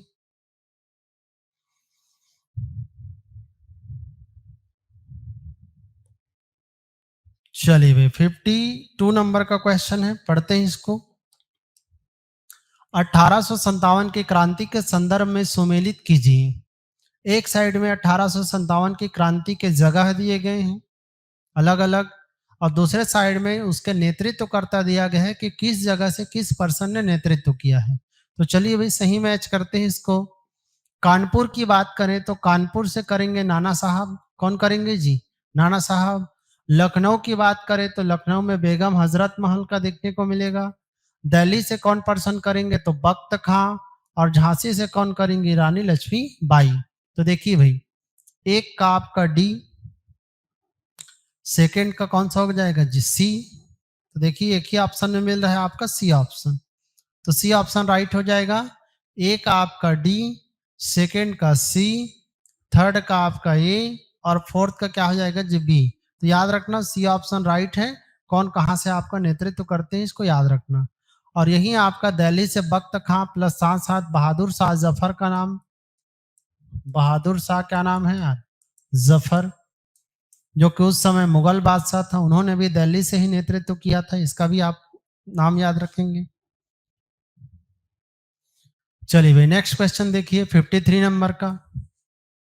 सिंधु सभ्यता में 3 भागों में विभाजित नगर कौन था? तो ये क्वेश्चन बार बार पूछा गया है। धौलावीरा, इसको त्रिस्तरीय नगर के रूप में जाना गया है।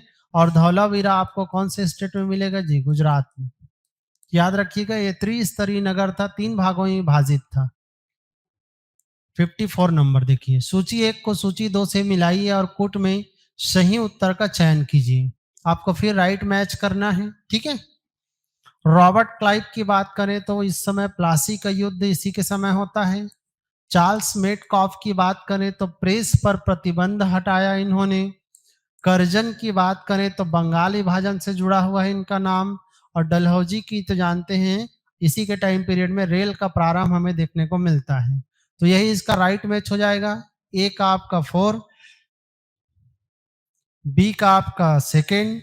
तो देखिए भाई, ए का 4, बी का सेकेंड एक ही ऑप्शन में, ये ऑप्शन राइट है। कौन सा ऑप्शन जी? ये ऑप्शन आपका राइट होगा। ठीक है, चलिए भाई आगे बढ़ते हैं।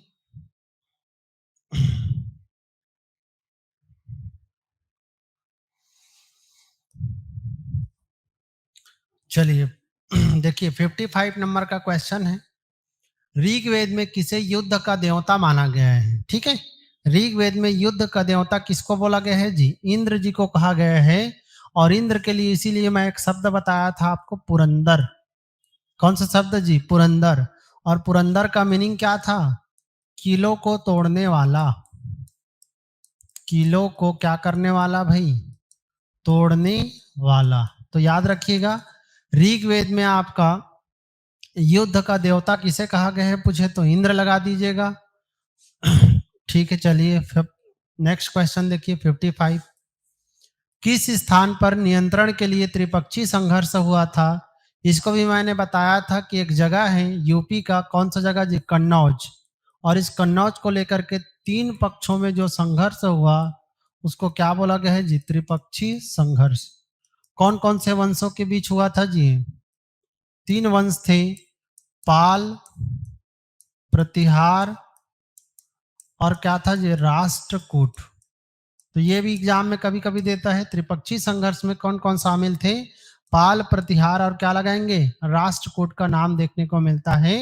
ये कौन से जगह के लिए हुआ था? तो कन्नौज के लिए। कन्नौज कहाँ पे है? यूपी।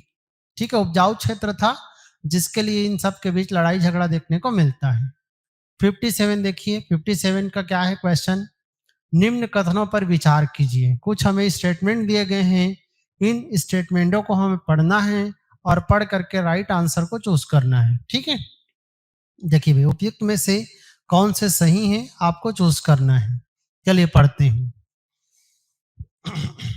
देखिए, भारतीय राष्ट्रीय कांग्रेस के प्रथम अधिवेशन बंबई में हुआ, तो ये स्टेटमेंट बिल्कुल सही है।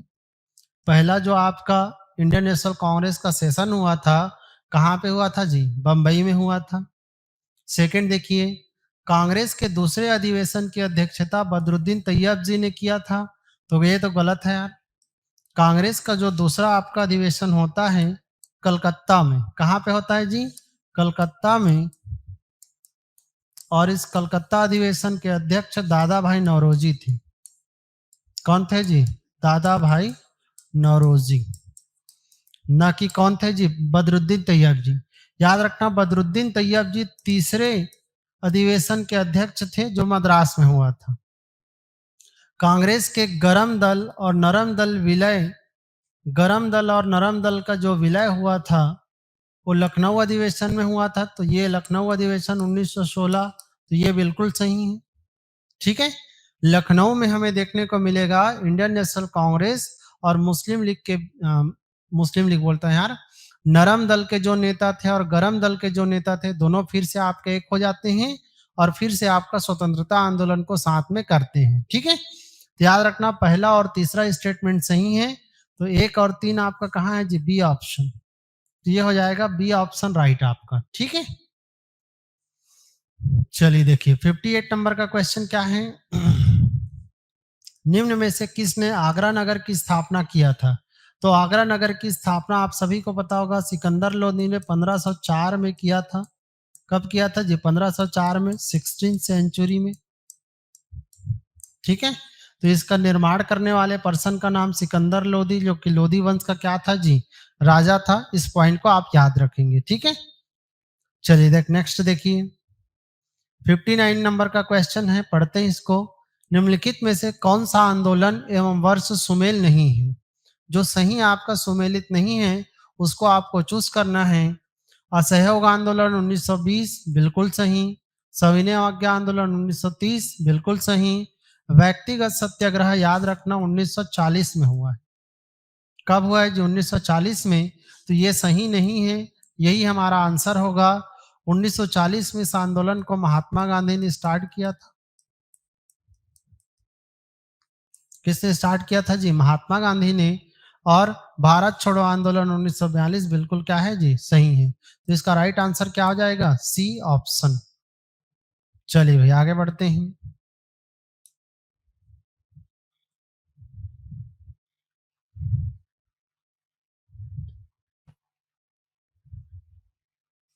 चलिए 60 नंबर का क्वेश्चन है, पढ़िए इसको जी। राष्ट्रीय आंदोलन की निम्न घटनाओं का सही कालक्रम बताइए। आपको नेशनल फ्रीडम फाइटिंग के घटनाएं दी गई हैं। ठीक है, इनको आपको जो पहले घटना हुआ है, जो बाद में घटना हुआ है, उसके सही क्रोनोलॉजी में जमाना है। कंटिन्यू बोलते बोलते देखिए मेरा आवाज कितना बैठ गया। ठीक है, कोई बात नहीं, आपके लिए इतना है तो कर सकते हैं। जोश जुनून बना करके रखेंगे भाई। देखिए पहला स्टेटमेंट 1929 कांग्रेस का लाहौर अधिवेशन जो कि आपका हुआ था, ये तो डेट दे ही दिया है। देखिए 1929 में गांधी इरविन समझौता हमें देखने को मिलेगा 5 मार्च 1931 में। कांग्रेस का कराची अधिवेशन देखने को मिलेगा 31 मार्च 1931 में। भगत सिंह को फांसी दिया गया था 23 मार्च 1931 में। याद रखिएगा जब भी ऐसा क्वेश्चन पूछता है तो आपको एग्जैक्टली पता होना चाहिए ना, क्योंकि देखिए 1931 में 3 घटनाएं हैं और अगर डेट पता नहीं रहेगा तो उसको चूज करना बहुत क्या हो जाएगा, मुश्किल हो जाएगा। इसीलिए सब डेट को आपको याद रखना है। तो इसका पहला हो जाएगा 1929 वाला, उसके बाद देखिए 5 मार्च वाला हो जाएगा दूसरा, फिर 23 मार्च वाला हो जाएगा मतलब चौथा, और फिर आपका ये वाला हो जाएगा तीसरा। तो इस तरह से 1 2 4 3 खोजिए भाई कहाँ पे है। 1 2 4 3 देखिए 1 2 4 3 आपका कौन सा ऑप्शन जी, ए ऑप्शन में देखने को मिलेगा। क्लियर है? चलिए नेक्स्ट देखिए 61वें नंबर का, इतिहास में हुए निम्न युद्धों को उसके घटित होने के क्रम में व्यवस्थित कीजिए। ये जो घटनाएं हुआ है, जो युद्ध हुए हैं उसका सही क्रम आपको जमाना है, सही क्रोनोलॉजी जमाना है। तो देखिए बेट लिखते हैं, प्लासी का युद्ध सभी को पता होगा 1757 में। चौसा लगभग 1539 में देखने को मिलेगा। हल्दी घाटी की युद्ध 1576 में। करनाल के युद्ध लगभग 1739 के आसपास। पानीपत का प्रथम युद्ध 1526 में। ठीक है, अब इसके आधार पे देखिए भाई कौन पहला होगा कौन बाद में होगा। तो सबसे पहला 1526 वाला आ जाएगा 4। ठीक है, उसके बाद सेकंड कौन आ जाएगा जी 1539 वाला 3। फिर देखिए 1576 5। फिर नेक्स्ट आ जाएगा आपका 1, और फिर है नेक्स्ट 2। तो देखिए भाई 4 3 5 1 2 कहाँ है, 4 3 5 1 2 आपको कौन सा ऑप्शन में मिलेगा, सी ऑप्शन में देखने को मिलेगा। ठीक है, तो इसका डेट याद रखिएगा, डेट आपके आधार पे कई क्वेश्चन पूछे गए हैं।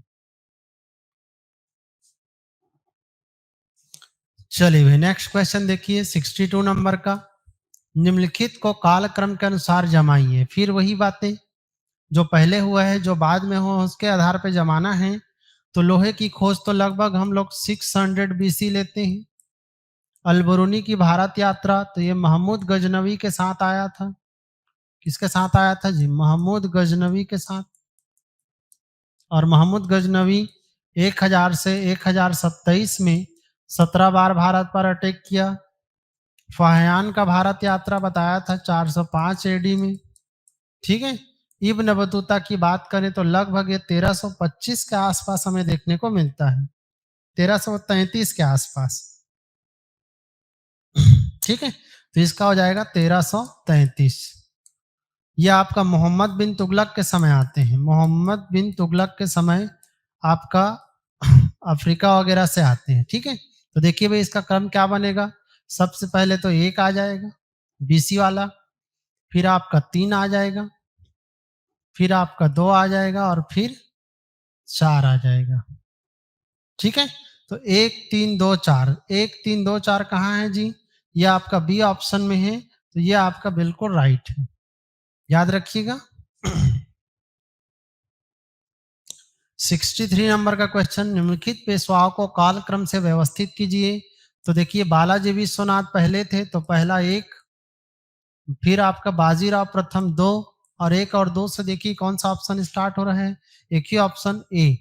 ठीक है, तो इसका राइट आंसर हो जाएगा कौन सा जी, ए ऑप्शन।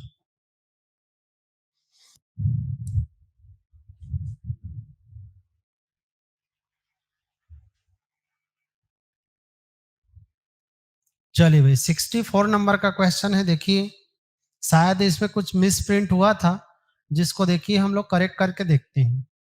64, निम्नलिखित इमारतों एवं शासकों को सुमेलित कीजिए। एक साइड में हमें इमारत दिए गए हैं, कंस्ट्रक्शन दिए गए हैं, और एक साइड में उसका निर्माण करने वाले पर्सन का नाम आपसे पूछा गया है।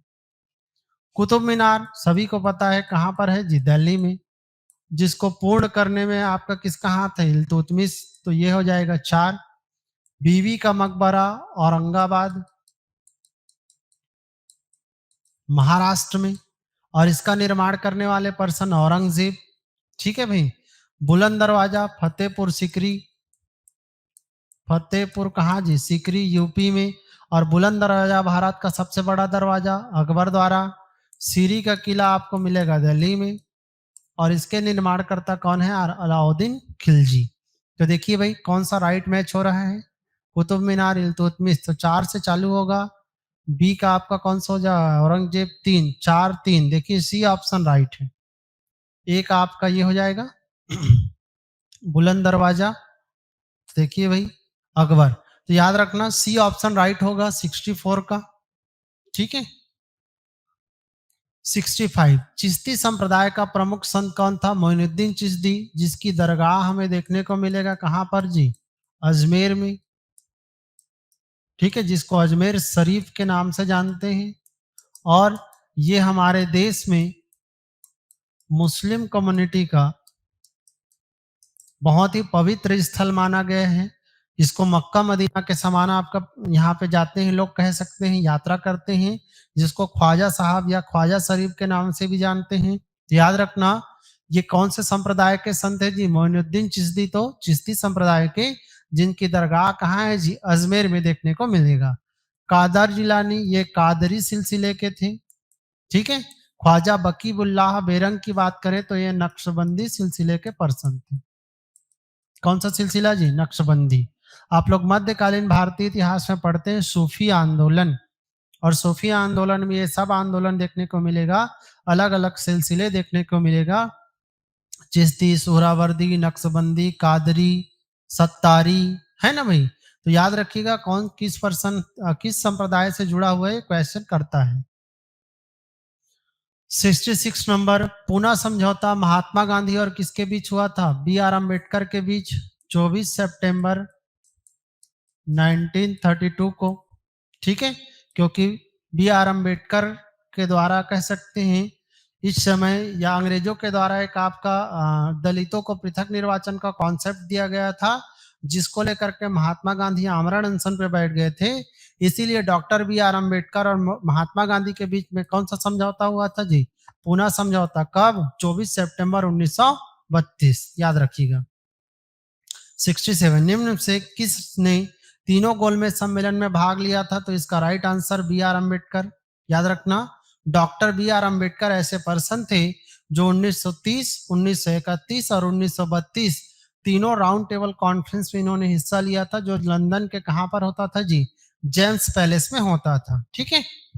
68, बारदोली सत्याग्रह आंदोलन का नेतृत्व किसने किया था? सरदार वल्लभ भाई पटेल ने। यह आपका 1928 में गुजरात में देखने को मिलेगा। कहाँ पे जी? गुजरात में। और ये कैसा आंदोलन था? किसान आंदोलन था।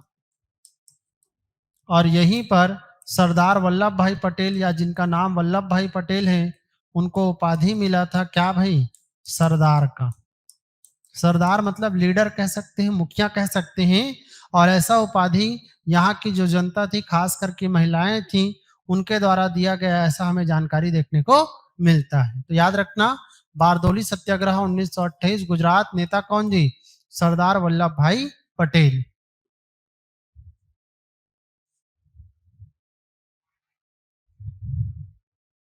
चलिए भी देखिए नेक्स्ट क्वेश्चन की तरफ बढ़ते हैं हम लोग। 69 नंबर का, किस आयोग या योजना के आधार पर भारत और पाकिस्तान का बंटवारा हुआ था? तो आप सभी को पता होगा माउंटबेटन प्लान के तहत भारत और पाकिस्तान का क्या हुआ था जी? बंटवारा, जिसे हम 3 जून प्लान के नाम से भी जानते हैं। ठीक है, क्योंकि 3 जून 1947 को यह आया था, आप कह सकते हैं, जिसके तहत भारत और पाकिस्तान का क्या हुआ था जी? बंटवारा हुआ था। सी राजगोपालाचारी एक फार्मूला लाया गया था, ये आपका 1944 में, ये भी विभाजन पर ही समझौता कराने के लिए लाया गया था। कैबिनेट मिशन 1946, जिसके तहत क्या हुआ था? संविधान सभा की स्थापना हुआ था। इसकी स्थापना हुआ था जी? संविधान सभा का। क्रिप्स मिशन 1942 में आया था। सेकेंड वर्ल्ड वार में भारतीयों को शामिल करने के लिए, भारतीयों को क्या करने के लिए जी, शामिल करने के लिए, जो कि असफल हो गया था। ठीक है, तो याद रखना एक घटना से रिलेटेड कई घटनाएं मैं आपको बता रहा हूं। किसके तहत भारत पाकिस्तान बंटवारा, माउंटबेटन प्लान। भारत में संविधान सभा की स्थापना किसके तहत, तो कैबिनेट मिशन। और सेकेंड वर्ल्ड वॉर में शामिल करने के लिए कौन सा मिशन आया था, तो क्रिप्स मिशन। और सी राजगोपालाचारी फार्मूला कब आया था, 1944 में। देखिए 70 नंबर का क्वेश्चन, सुभाष चंद्र बोस ने आजाद हिंद फौज, याद रखना यहाँ पे शब्द है सरकार, तो इसको मैं पढ़ता हूँ, आजाद हिंद सरकार की स्थापना कब किया और कहाँ पे किया, तो 1943 में इसकी स्थापना सिंगापुर में की गई थी। जबकि याद रखना आजाद हिंद फौज की अगर स्थापना पूछे, आजाद हिंद फौज की अगर स्थापना पूछे तो 1942 में हुआ था रास बिहारी बोस के द्वारा। किसके द्वारा किया गया था जी, रास बिहारी बोस। टोक्यो जापान में इसकी स्थापना किया गया था, क्योंकि जापान के द्वारा इसको सपोर्ट दिया गया था, जिसको आगे पुनर्गठित करके आजाद हिंद सरकार में आपका चेंज किया था सुभाष चंद्र बोस ने। और इसके मुख्य कमांडर बने थे कौन, सुभाष चंद्र बोस। 71 भारत छोड़ो आंदोलन कब प्रारंभ हुआ था, तो सभी को पता होगा 9 अगस्त 1942 को यह आंदोलन कहां से स्टार्ट हुआ था जी, बंबई से चालू हुआ था। तो 9 अगस्त 1942 का डेट याद रखिएगा। 72 जलियांवाला बाग हत्याकांड, जलियांवाला बाग आपको मिलेगा अमृतसर में। कहाँ मिलेगा जी, अमृतसर पंजाब में। यहाँ पर यह घटना होता है 13 अप्रैल 1919 को। जनरल डायर, इसका नाम सुने होंगे, जिसको जनरल रेक्स डायर भी कहते हैं। इन्होंने आपका जलियांवाला बाग पर निहत्थे जो पर्सन थे, निहत्थे व्यक्तियों पर गोली चला दिया, जिसमें रिपोर्ट के आधार पे 379 लोग मारे गए थे, जो कि भारतीय इतिहास का अंग्रेजों द्वारा किया गया सबसे खूनी घटना माना जाता है, कह सकते हैं। कहां पर हुआ था जी, जलियांवाला बाग अमृतसर में। कब हुआ था, 13 अप्रैल 1919। इस पर एक मूवी आई है, आप लोग देख लीजिएगा, बहुत अच्छी मूवी है। मूवी का नाम आपका क्या है जी, केसरी चैप्टर 2 नाम से आप देखे होंगे, जिसमें शंकर नायर का रोल निभाया है किस पर्सन ने, अक्षय कुमार ने। और शंकर नायर ही वो पर्सन थे जिन्होंने जनरल डायर के ऊपर केस किया था और फाइनली उसको क्या कराया था जी, सजा दिलाया था। तो याद रखिएगा ये घटना है 13 अप्रैल 1919। 73 भारत में सर्वप्रथम होम रूल लीग की स्थापना किस पर्सन ने किया था, बाल गंगाधर तिलक ने किया था। याद रखिएगा इसका राइट आंसर क्या हो गया जी, तिलक का नाम आता है, जिन्होंने अप्रैल 1916 में इसको चालू किया था। अप्रैल 1916। जबकि सितंबर वगैरह में चालू किया था किसने जी, एनी बेसेंट ने। तो इनका आपका इसके बाद नाम आता है। तो याद रखना भारत में पहला आपका होम रूल लीग आंदोलन की शुरुआत करने वाले पर्सन बाल गंगाधर तिलक है। 74 किस वायसराय के समय भारतीय राष्ट्रीय कांग्रेस की स्थापना हुआ था, तो भारतीय राष्ट्रीय कांग्रेस की स्थापना सबको पता होगा 28 दिसंबर 1885 में। और इस समय हमारा जो वायसराय था उसका क्या नाम था जी, लॉर्ड डफरिन। क्या लगाएंगे, लॉर्ड डफरिन। तो इसका राइट आंसर हो जाएगा लॉर्ड डफरिन, ए ऑप्शन। ठीक है, ऐसे भी कह सकते हैं, ऐसे याद रखने के लिए कि कांग्रेस की स्थापना हुआ तो डफरिन ने डफली बजाया था। क्या बजाया था जी, डफली। तो ऐसे याद हो जाएगा आपका नाम। ठीक है, और भारतीय राष्ट्रीय कांग्रेस का संस्थापक किसको लेते हैं भाई, इसका संस्थापक था ए ओ ह्यूम। क्या नाम है, ए ओ ह्यूम, एलेन ऑक्टेवियम ह्यूम। चलिए नेक्स्ट क्वेश्चन देखिए।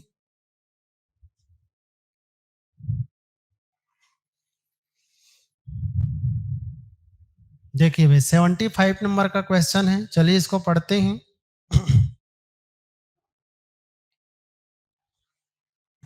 स्वदेशी और बहिष्कार संबंध किस आंदोलन से था, तो इसको मेरे ख्याल से मैं आपको पहले ही बता चुका हूं कि स्वदेशी एवं बहिष्कार आंदोलन हमें देखने को मिलता है बंग भंग आंदोलन के रूप में।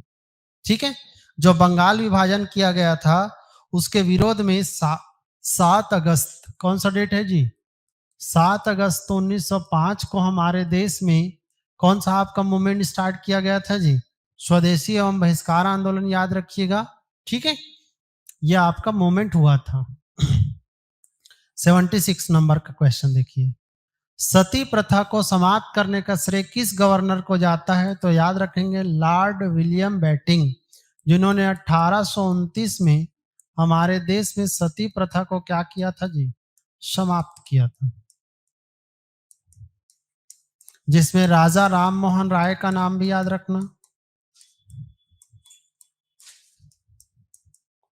ठीक है, राजा राम मोहन राय और विलियम बेटिंग के प्रयासों से सती प्रथा को समाप्त किया गया 1829 में। सती प्रथा क्या था तो जानते होंगे, बहुत ही पुराना एक कॉन्सेप्ट है कि किसी के हस्बैंड का अगर डेथ हो जाता है तो उसकी पत्नी को भी उसके साथ क्या हो जाना चाहिए, मर जाना चाहिए। और इसको समाप्त करने का काम करते हैं 1829 में कौन जी, लॉर्ड विलियम बेटिंग। ठीक है, 77, कौन विदेशी आक्रमणकारी भारत में कोहिनूर हीरा तथा मयूर सिंहासन उठा करके ले गया था? तो उसका नाम है नादिर शाह, जो कि ईरान का पर्सन था, जिन्होंने अटैक किया था इंडिया पर 1739 के आसपास। और इनके द्वारा आपका क्या कर लिया गया था जी, कोहिनूर हीरा और मयूर सिंहासन को उठा करके ले गए थे। ये हमारे भारत से कहा जाता है उस समय 70 करोड़ रुपए, लगभग 70 करोड़ रुपए की संपत्ति हमारे देश से लूट करके ले गया था। अब सोच के देखिए 70 करोड़ रुपए मतलब कितना आपका अमाउंट रहा होगा। भारत को बार बार लूटा गया, उसके बावजूद भारत एक सोने की चिड़िया है, आज भी है, पहले भी था, बेशक कोई कितना भी लूट ले। ठीक है, तो भारत की याद रखना 70 करोड़ रुपए लूट कर कौन ले गया था यार, नादिर शाह ले गया था 1739 में। 78, नई राजधानी दिल्ली में प्रवेश करते समय वायसराय लॉर्ड हार्डिंग पर किसने बम फेंका था? तो इसका नाम आता है रास बिहारी बोस, जिन्होंने ये घटना 1912 में किया था, जिसको हम दिल्ली षड्यंत्र के नाम से जानते हैं। दिल्ली षड्यंत्र क्या बोलते हैं जी, केस। याद रखना भाई, दिल्ली षड्यंत्र केस 1912 क्या है, तो रास बिहारी बोस के द्वारा बम फेंका गया था हार्डिंग पर, जिसमें हार्डिंग बच गया था, उसके कोई बॉडीगार्ड वगैरह लोग इसमें डेथ हो गए थे। ठीक है, और रास बिहारी बोस फिर यहां से भाग गए थे, याद रखिएगा। 79, निम्नलिखित में से किस वर्ष भारतीय राष्ट्रीय कांग्रेस का विभाजन नरम दल और गरम दल में हुआ था? तो 1907 का कौन सा सेशन है जी, सूरत अधिवेशन में आपको देखने को मिलेगा, जिसमें कांग्रेस का 2 भागों में बंटवारा हो गया था। कौन कौन सा, नरम दल और गरम दल। 80, भारतीय स्वतंत्रता संग्राम में करो या मरो, डू और डाई का नारा किस आंदोलन से जुड़ा है? तो डू और डाई का नारा, करो या मरो का नारा किसने दिया था?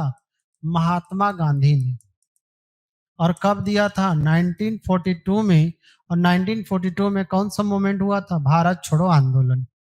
इस नारा का मतलब क्या था? या तो इस युद्ध को हम लोग अंतिम छोर तक करेंगे, आजादी प्राप्त तक करेंगे, या इसको करते करते हम क्या हो जाएंगे, मर जाएंगे, शहीद हो जाएंगे। तो देखिए भाई, गांधी जी के प्रयासों से आजादी मिली। नारा कौन सा दिया? करो या मरो। कौन सा मूवमेंट? भारत छोड़ो आंदोलन। चलिए फटाफट देखते हैं, टाइम बहुत हो गया हमारे पास, टाइम की कमी है भाई। 81 क्वेश्चन, स्वराज पार्टी की स्थापना किसने किया था? तो मोतीलाल नेहरू और चितरंजन दास ने किया था। कब जी? 1923 में। तो इसका राइट आंसर बी हो जाएगा। ठीक है। 82, दादा भाई नौरोजी ने 1866 ईस्वी में ईस्ट इंडिया एसोसिएशन की स्थापना कहाँ किया था? इसको मैं पहले ही बता चुका हूं, कहाँ पे किया था? लंदन में इन्होंने किया था। 83, गांधी जी ने दक्षिण अफ्रीका में जो साप्ताहिक समाचार पत्र निकाला था उसका नाम क्या था? तो उसका नाम था इंडियन ओपिनियन। क्या नाम था जी? Indian opinion. 84 नंबर का क्वेश्चन देखिए, निम्नलिखित में से कौन सा आंदोलन भारत में महात्मा गांधी का पहला आंदोलन था? तो चंपारण सत्याग्रह 1917 में जो हुआ था बिहार में, किसान आंदोलन, ये गांधी जी का हमारे भारत में कैसा आंदोलन था जी? प्रथम आंदोलन था, याद रखिएगा। कौन सा मूवमेंट जी? चंपारण सत्याग्रह। ठीक है। जबकि खेड़ा 1918 में देखने को मिलेगा। दांडी मार्च जानते होंगे 1930 में। बारदोली सत्याग्रह 1928 के आसपास देखने को मिलेगा। 85। टीपू सुल्तान की मृत्यु 1799 में कहाँ हुआ था? श्रीरंगपट्टनम में हुआ था। ठीक है, चौथा आंग्ल मैसूर युद्ध के टाइम पीरियड में। 1886 बोलता 86 नंबर का क्वेश्चन, आदि ग्रंथ किसके द्वारा संकलित किया था? तो गुरु अर्जुन देव के द्वारा किया गया था। इसका राइट आंसर याद रखना, 5वें नंबर के गुरु थे। ठीक है,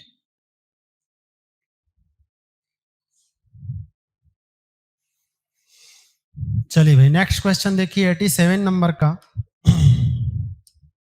वर्ष 1857 के विद्रोह के निम्न नेताओं में से किसने सबसे पहले अपने बलिदान दिया था? तो इसका नाम आता है मंगल पांडे, जिनको 8 अप्रैल 1857 को क्या दिया गया था यार? फांसी दिया गया था। इनको याद रखना, मंगल पांडे को 1857 की क्रांति का प्रथम शहीद कहते हैं। ठीक है भाई। 88 1798 ईस्वी में लॉर्ड वेलेस्ली द्वारा प्रस्तावित सहायक संधि, जिसको इंग्लिश में हम सब्सिडरी अलायंस कहते हैं, को स्वीकार करने वाला प्रथम भारतीय शासक हैदराबाद का निजाम था। इसका क्या आंसर हो जाएगा जी? डी। 89 अवध, हैदराबाद, भरतपुर, रुहेलखंड, फर्रुखाबाद किस मुगल शासक के समय स्वतंत्र हो गया था? तो मोहम्मद शाह रंगीला के समय यह आजाद हो गया था, क्योंकि एक ऐसा राजा था रंगीला, हमेशा भोग विलास में लिप्त रहने वाला पर्सन। याद रखना, इसके समय ये सब क्या हो गए थे जी? स्वतंत्र हो गए थे, आजाद हो गए थे। 90 बक्सर के युद्ध 1764 के समय दिल्ली का शासक कौन था? तो उस समय शासक था आपका शाह आलम सेकेंड। क्या लगाएंगे? शाह आलम सेकेंड के समय 1764 में यह युद्ध हुआ था। 91 किस मुगल सम्राट के काल में इंग्लिश ईस्ट इंडिया कंपनी ने भारत में सर्वप्रथम कारखाना स्थापित किया था? तो क्या लगाएंगे? जहांगीर। 1900 बोलता हूं जी। इसका टाइम पीरियड 1605 से 1627 था, और इसी टाइम पीरियड के बीच में 1613 के आसपास इन्होंने सूरत में अपनी पहली फैक्ट्री स्थापना किया था। तो क्या लगाएंगे? जहांगीर इसका राइट आंसर है। 92 बंगाल में निम्न में से कौन सा कारखाना डचों ने स्थापित किया था? तो बंगाल में चिंसुरा नाम का जगह पर डचों द्वारा आपका कारखाना स्थापना किया गया था। देखिए भाई आगे देखते हैं 93 नंबर का क्वेश्चन। आप लोग को लग रहा होगा कि सर इतना फास्ट क्यों कर रहे हैं? तो आप सभी को पता है यार, कंटिन्यू आपका 100 क्वेश्चन को सॉल्यूशन करना प्लस उसको एक एक फैक्ट को एक्सप्लेन करना मुश्किल काम है। ठीक है, इसीलिए कुछ क्वेश्चन को हम लोग फास्टली देख रहे हैं, आप टेंशन नहीं लेंगे। ठीक है भाई। 93 देखिए, सूची 1 को सूची 2 से सुमेलित कीजिए। आपको मैच करना है कौन किससे जुड़ा हुआ है। तो प्रथम कर्नाटक युद्ध जो होता है वो कौन सी संधि से समाप्त हो जी? एक्सला सापेल की संधि। और देखिए 4 से एक ही ऑप्शन स्टार्ट हो रहा है, कौन सा जी? सी। तो ये आपका राइट आंसर हो जाएगा। अब बाकी आप मैच कर लेना उसको। ठीक है। 94 प्रथम आंग्ल मैसूर युद्ध में कौन विजयी हुआ था? तो हैदर अली। कौन जीता था जी? हैदर अली जीता था पहला आंग्ल मैसूर युद्ध में। ठीक है भाई। 95 निम्नलिखित कथनों पर विचार कीजिए। पानीपत के तृतीय युद्ध में अहमद शाह अब्दाली ने इब्राहिम लोदी को हराया था। तो ये स्टेटमेंट क्या है जी? गलत। पानीपत का तृतीय युद्ध होता है 1761 में, जिसमें अहमद शाह अब्दाली ने मराठों को हराया था। मराठों में कौन कौन प्रमुख थे जी? सदाशिवराव, सदाशिवराव और क्या नाम था? विश्वास राव। याद रखना, इब्राहिम लोदी कहाँ आ गए? अरे नहीं है, गलत है। ठीक है। तृतीय आंग्ल मैसूर युद्ध में टीपू सुल्तान मृत्यु हुआ, यह भी स्टेटमेंट क्या है? गलत, क्योंकि टीपू सुल्तान जो मरता है वो चौथा आंग्ल मैसूर युद्ध में होता है 1799 में।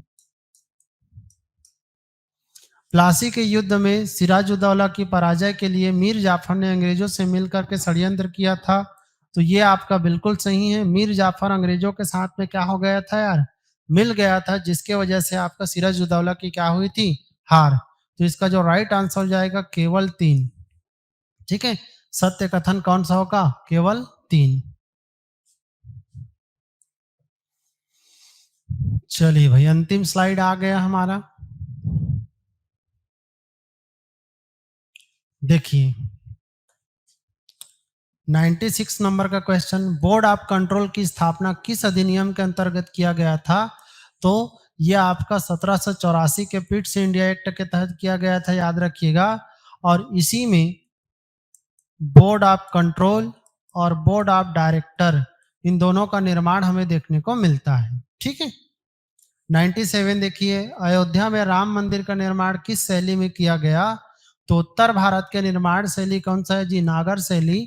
तो राम मंदिर का निर्माण अयोध्या में किया गया है कौन सी शैली में? नागर शैली में। ठीक है। सुमेलित नहीं है, आपको जो मैच नहीं है उसको बताना है। कांगड़ा, तो कांगड़ा उत्तराखंड दिया है देखिए, जबकि कांगड़ा तो हिमाचल प्रदेश से जुड़ा हुआ है, तो यही इसका राइट आंसर हो जाएगा। मधुबनी बिहार सही है, राजपुरा राजस्थान सही है, किशनगढ़ी उत्तर प्रदेश सही है। ठीक है। कांगड़ा हिमाचल प्रदेश है, न कि उत्तराखंड।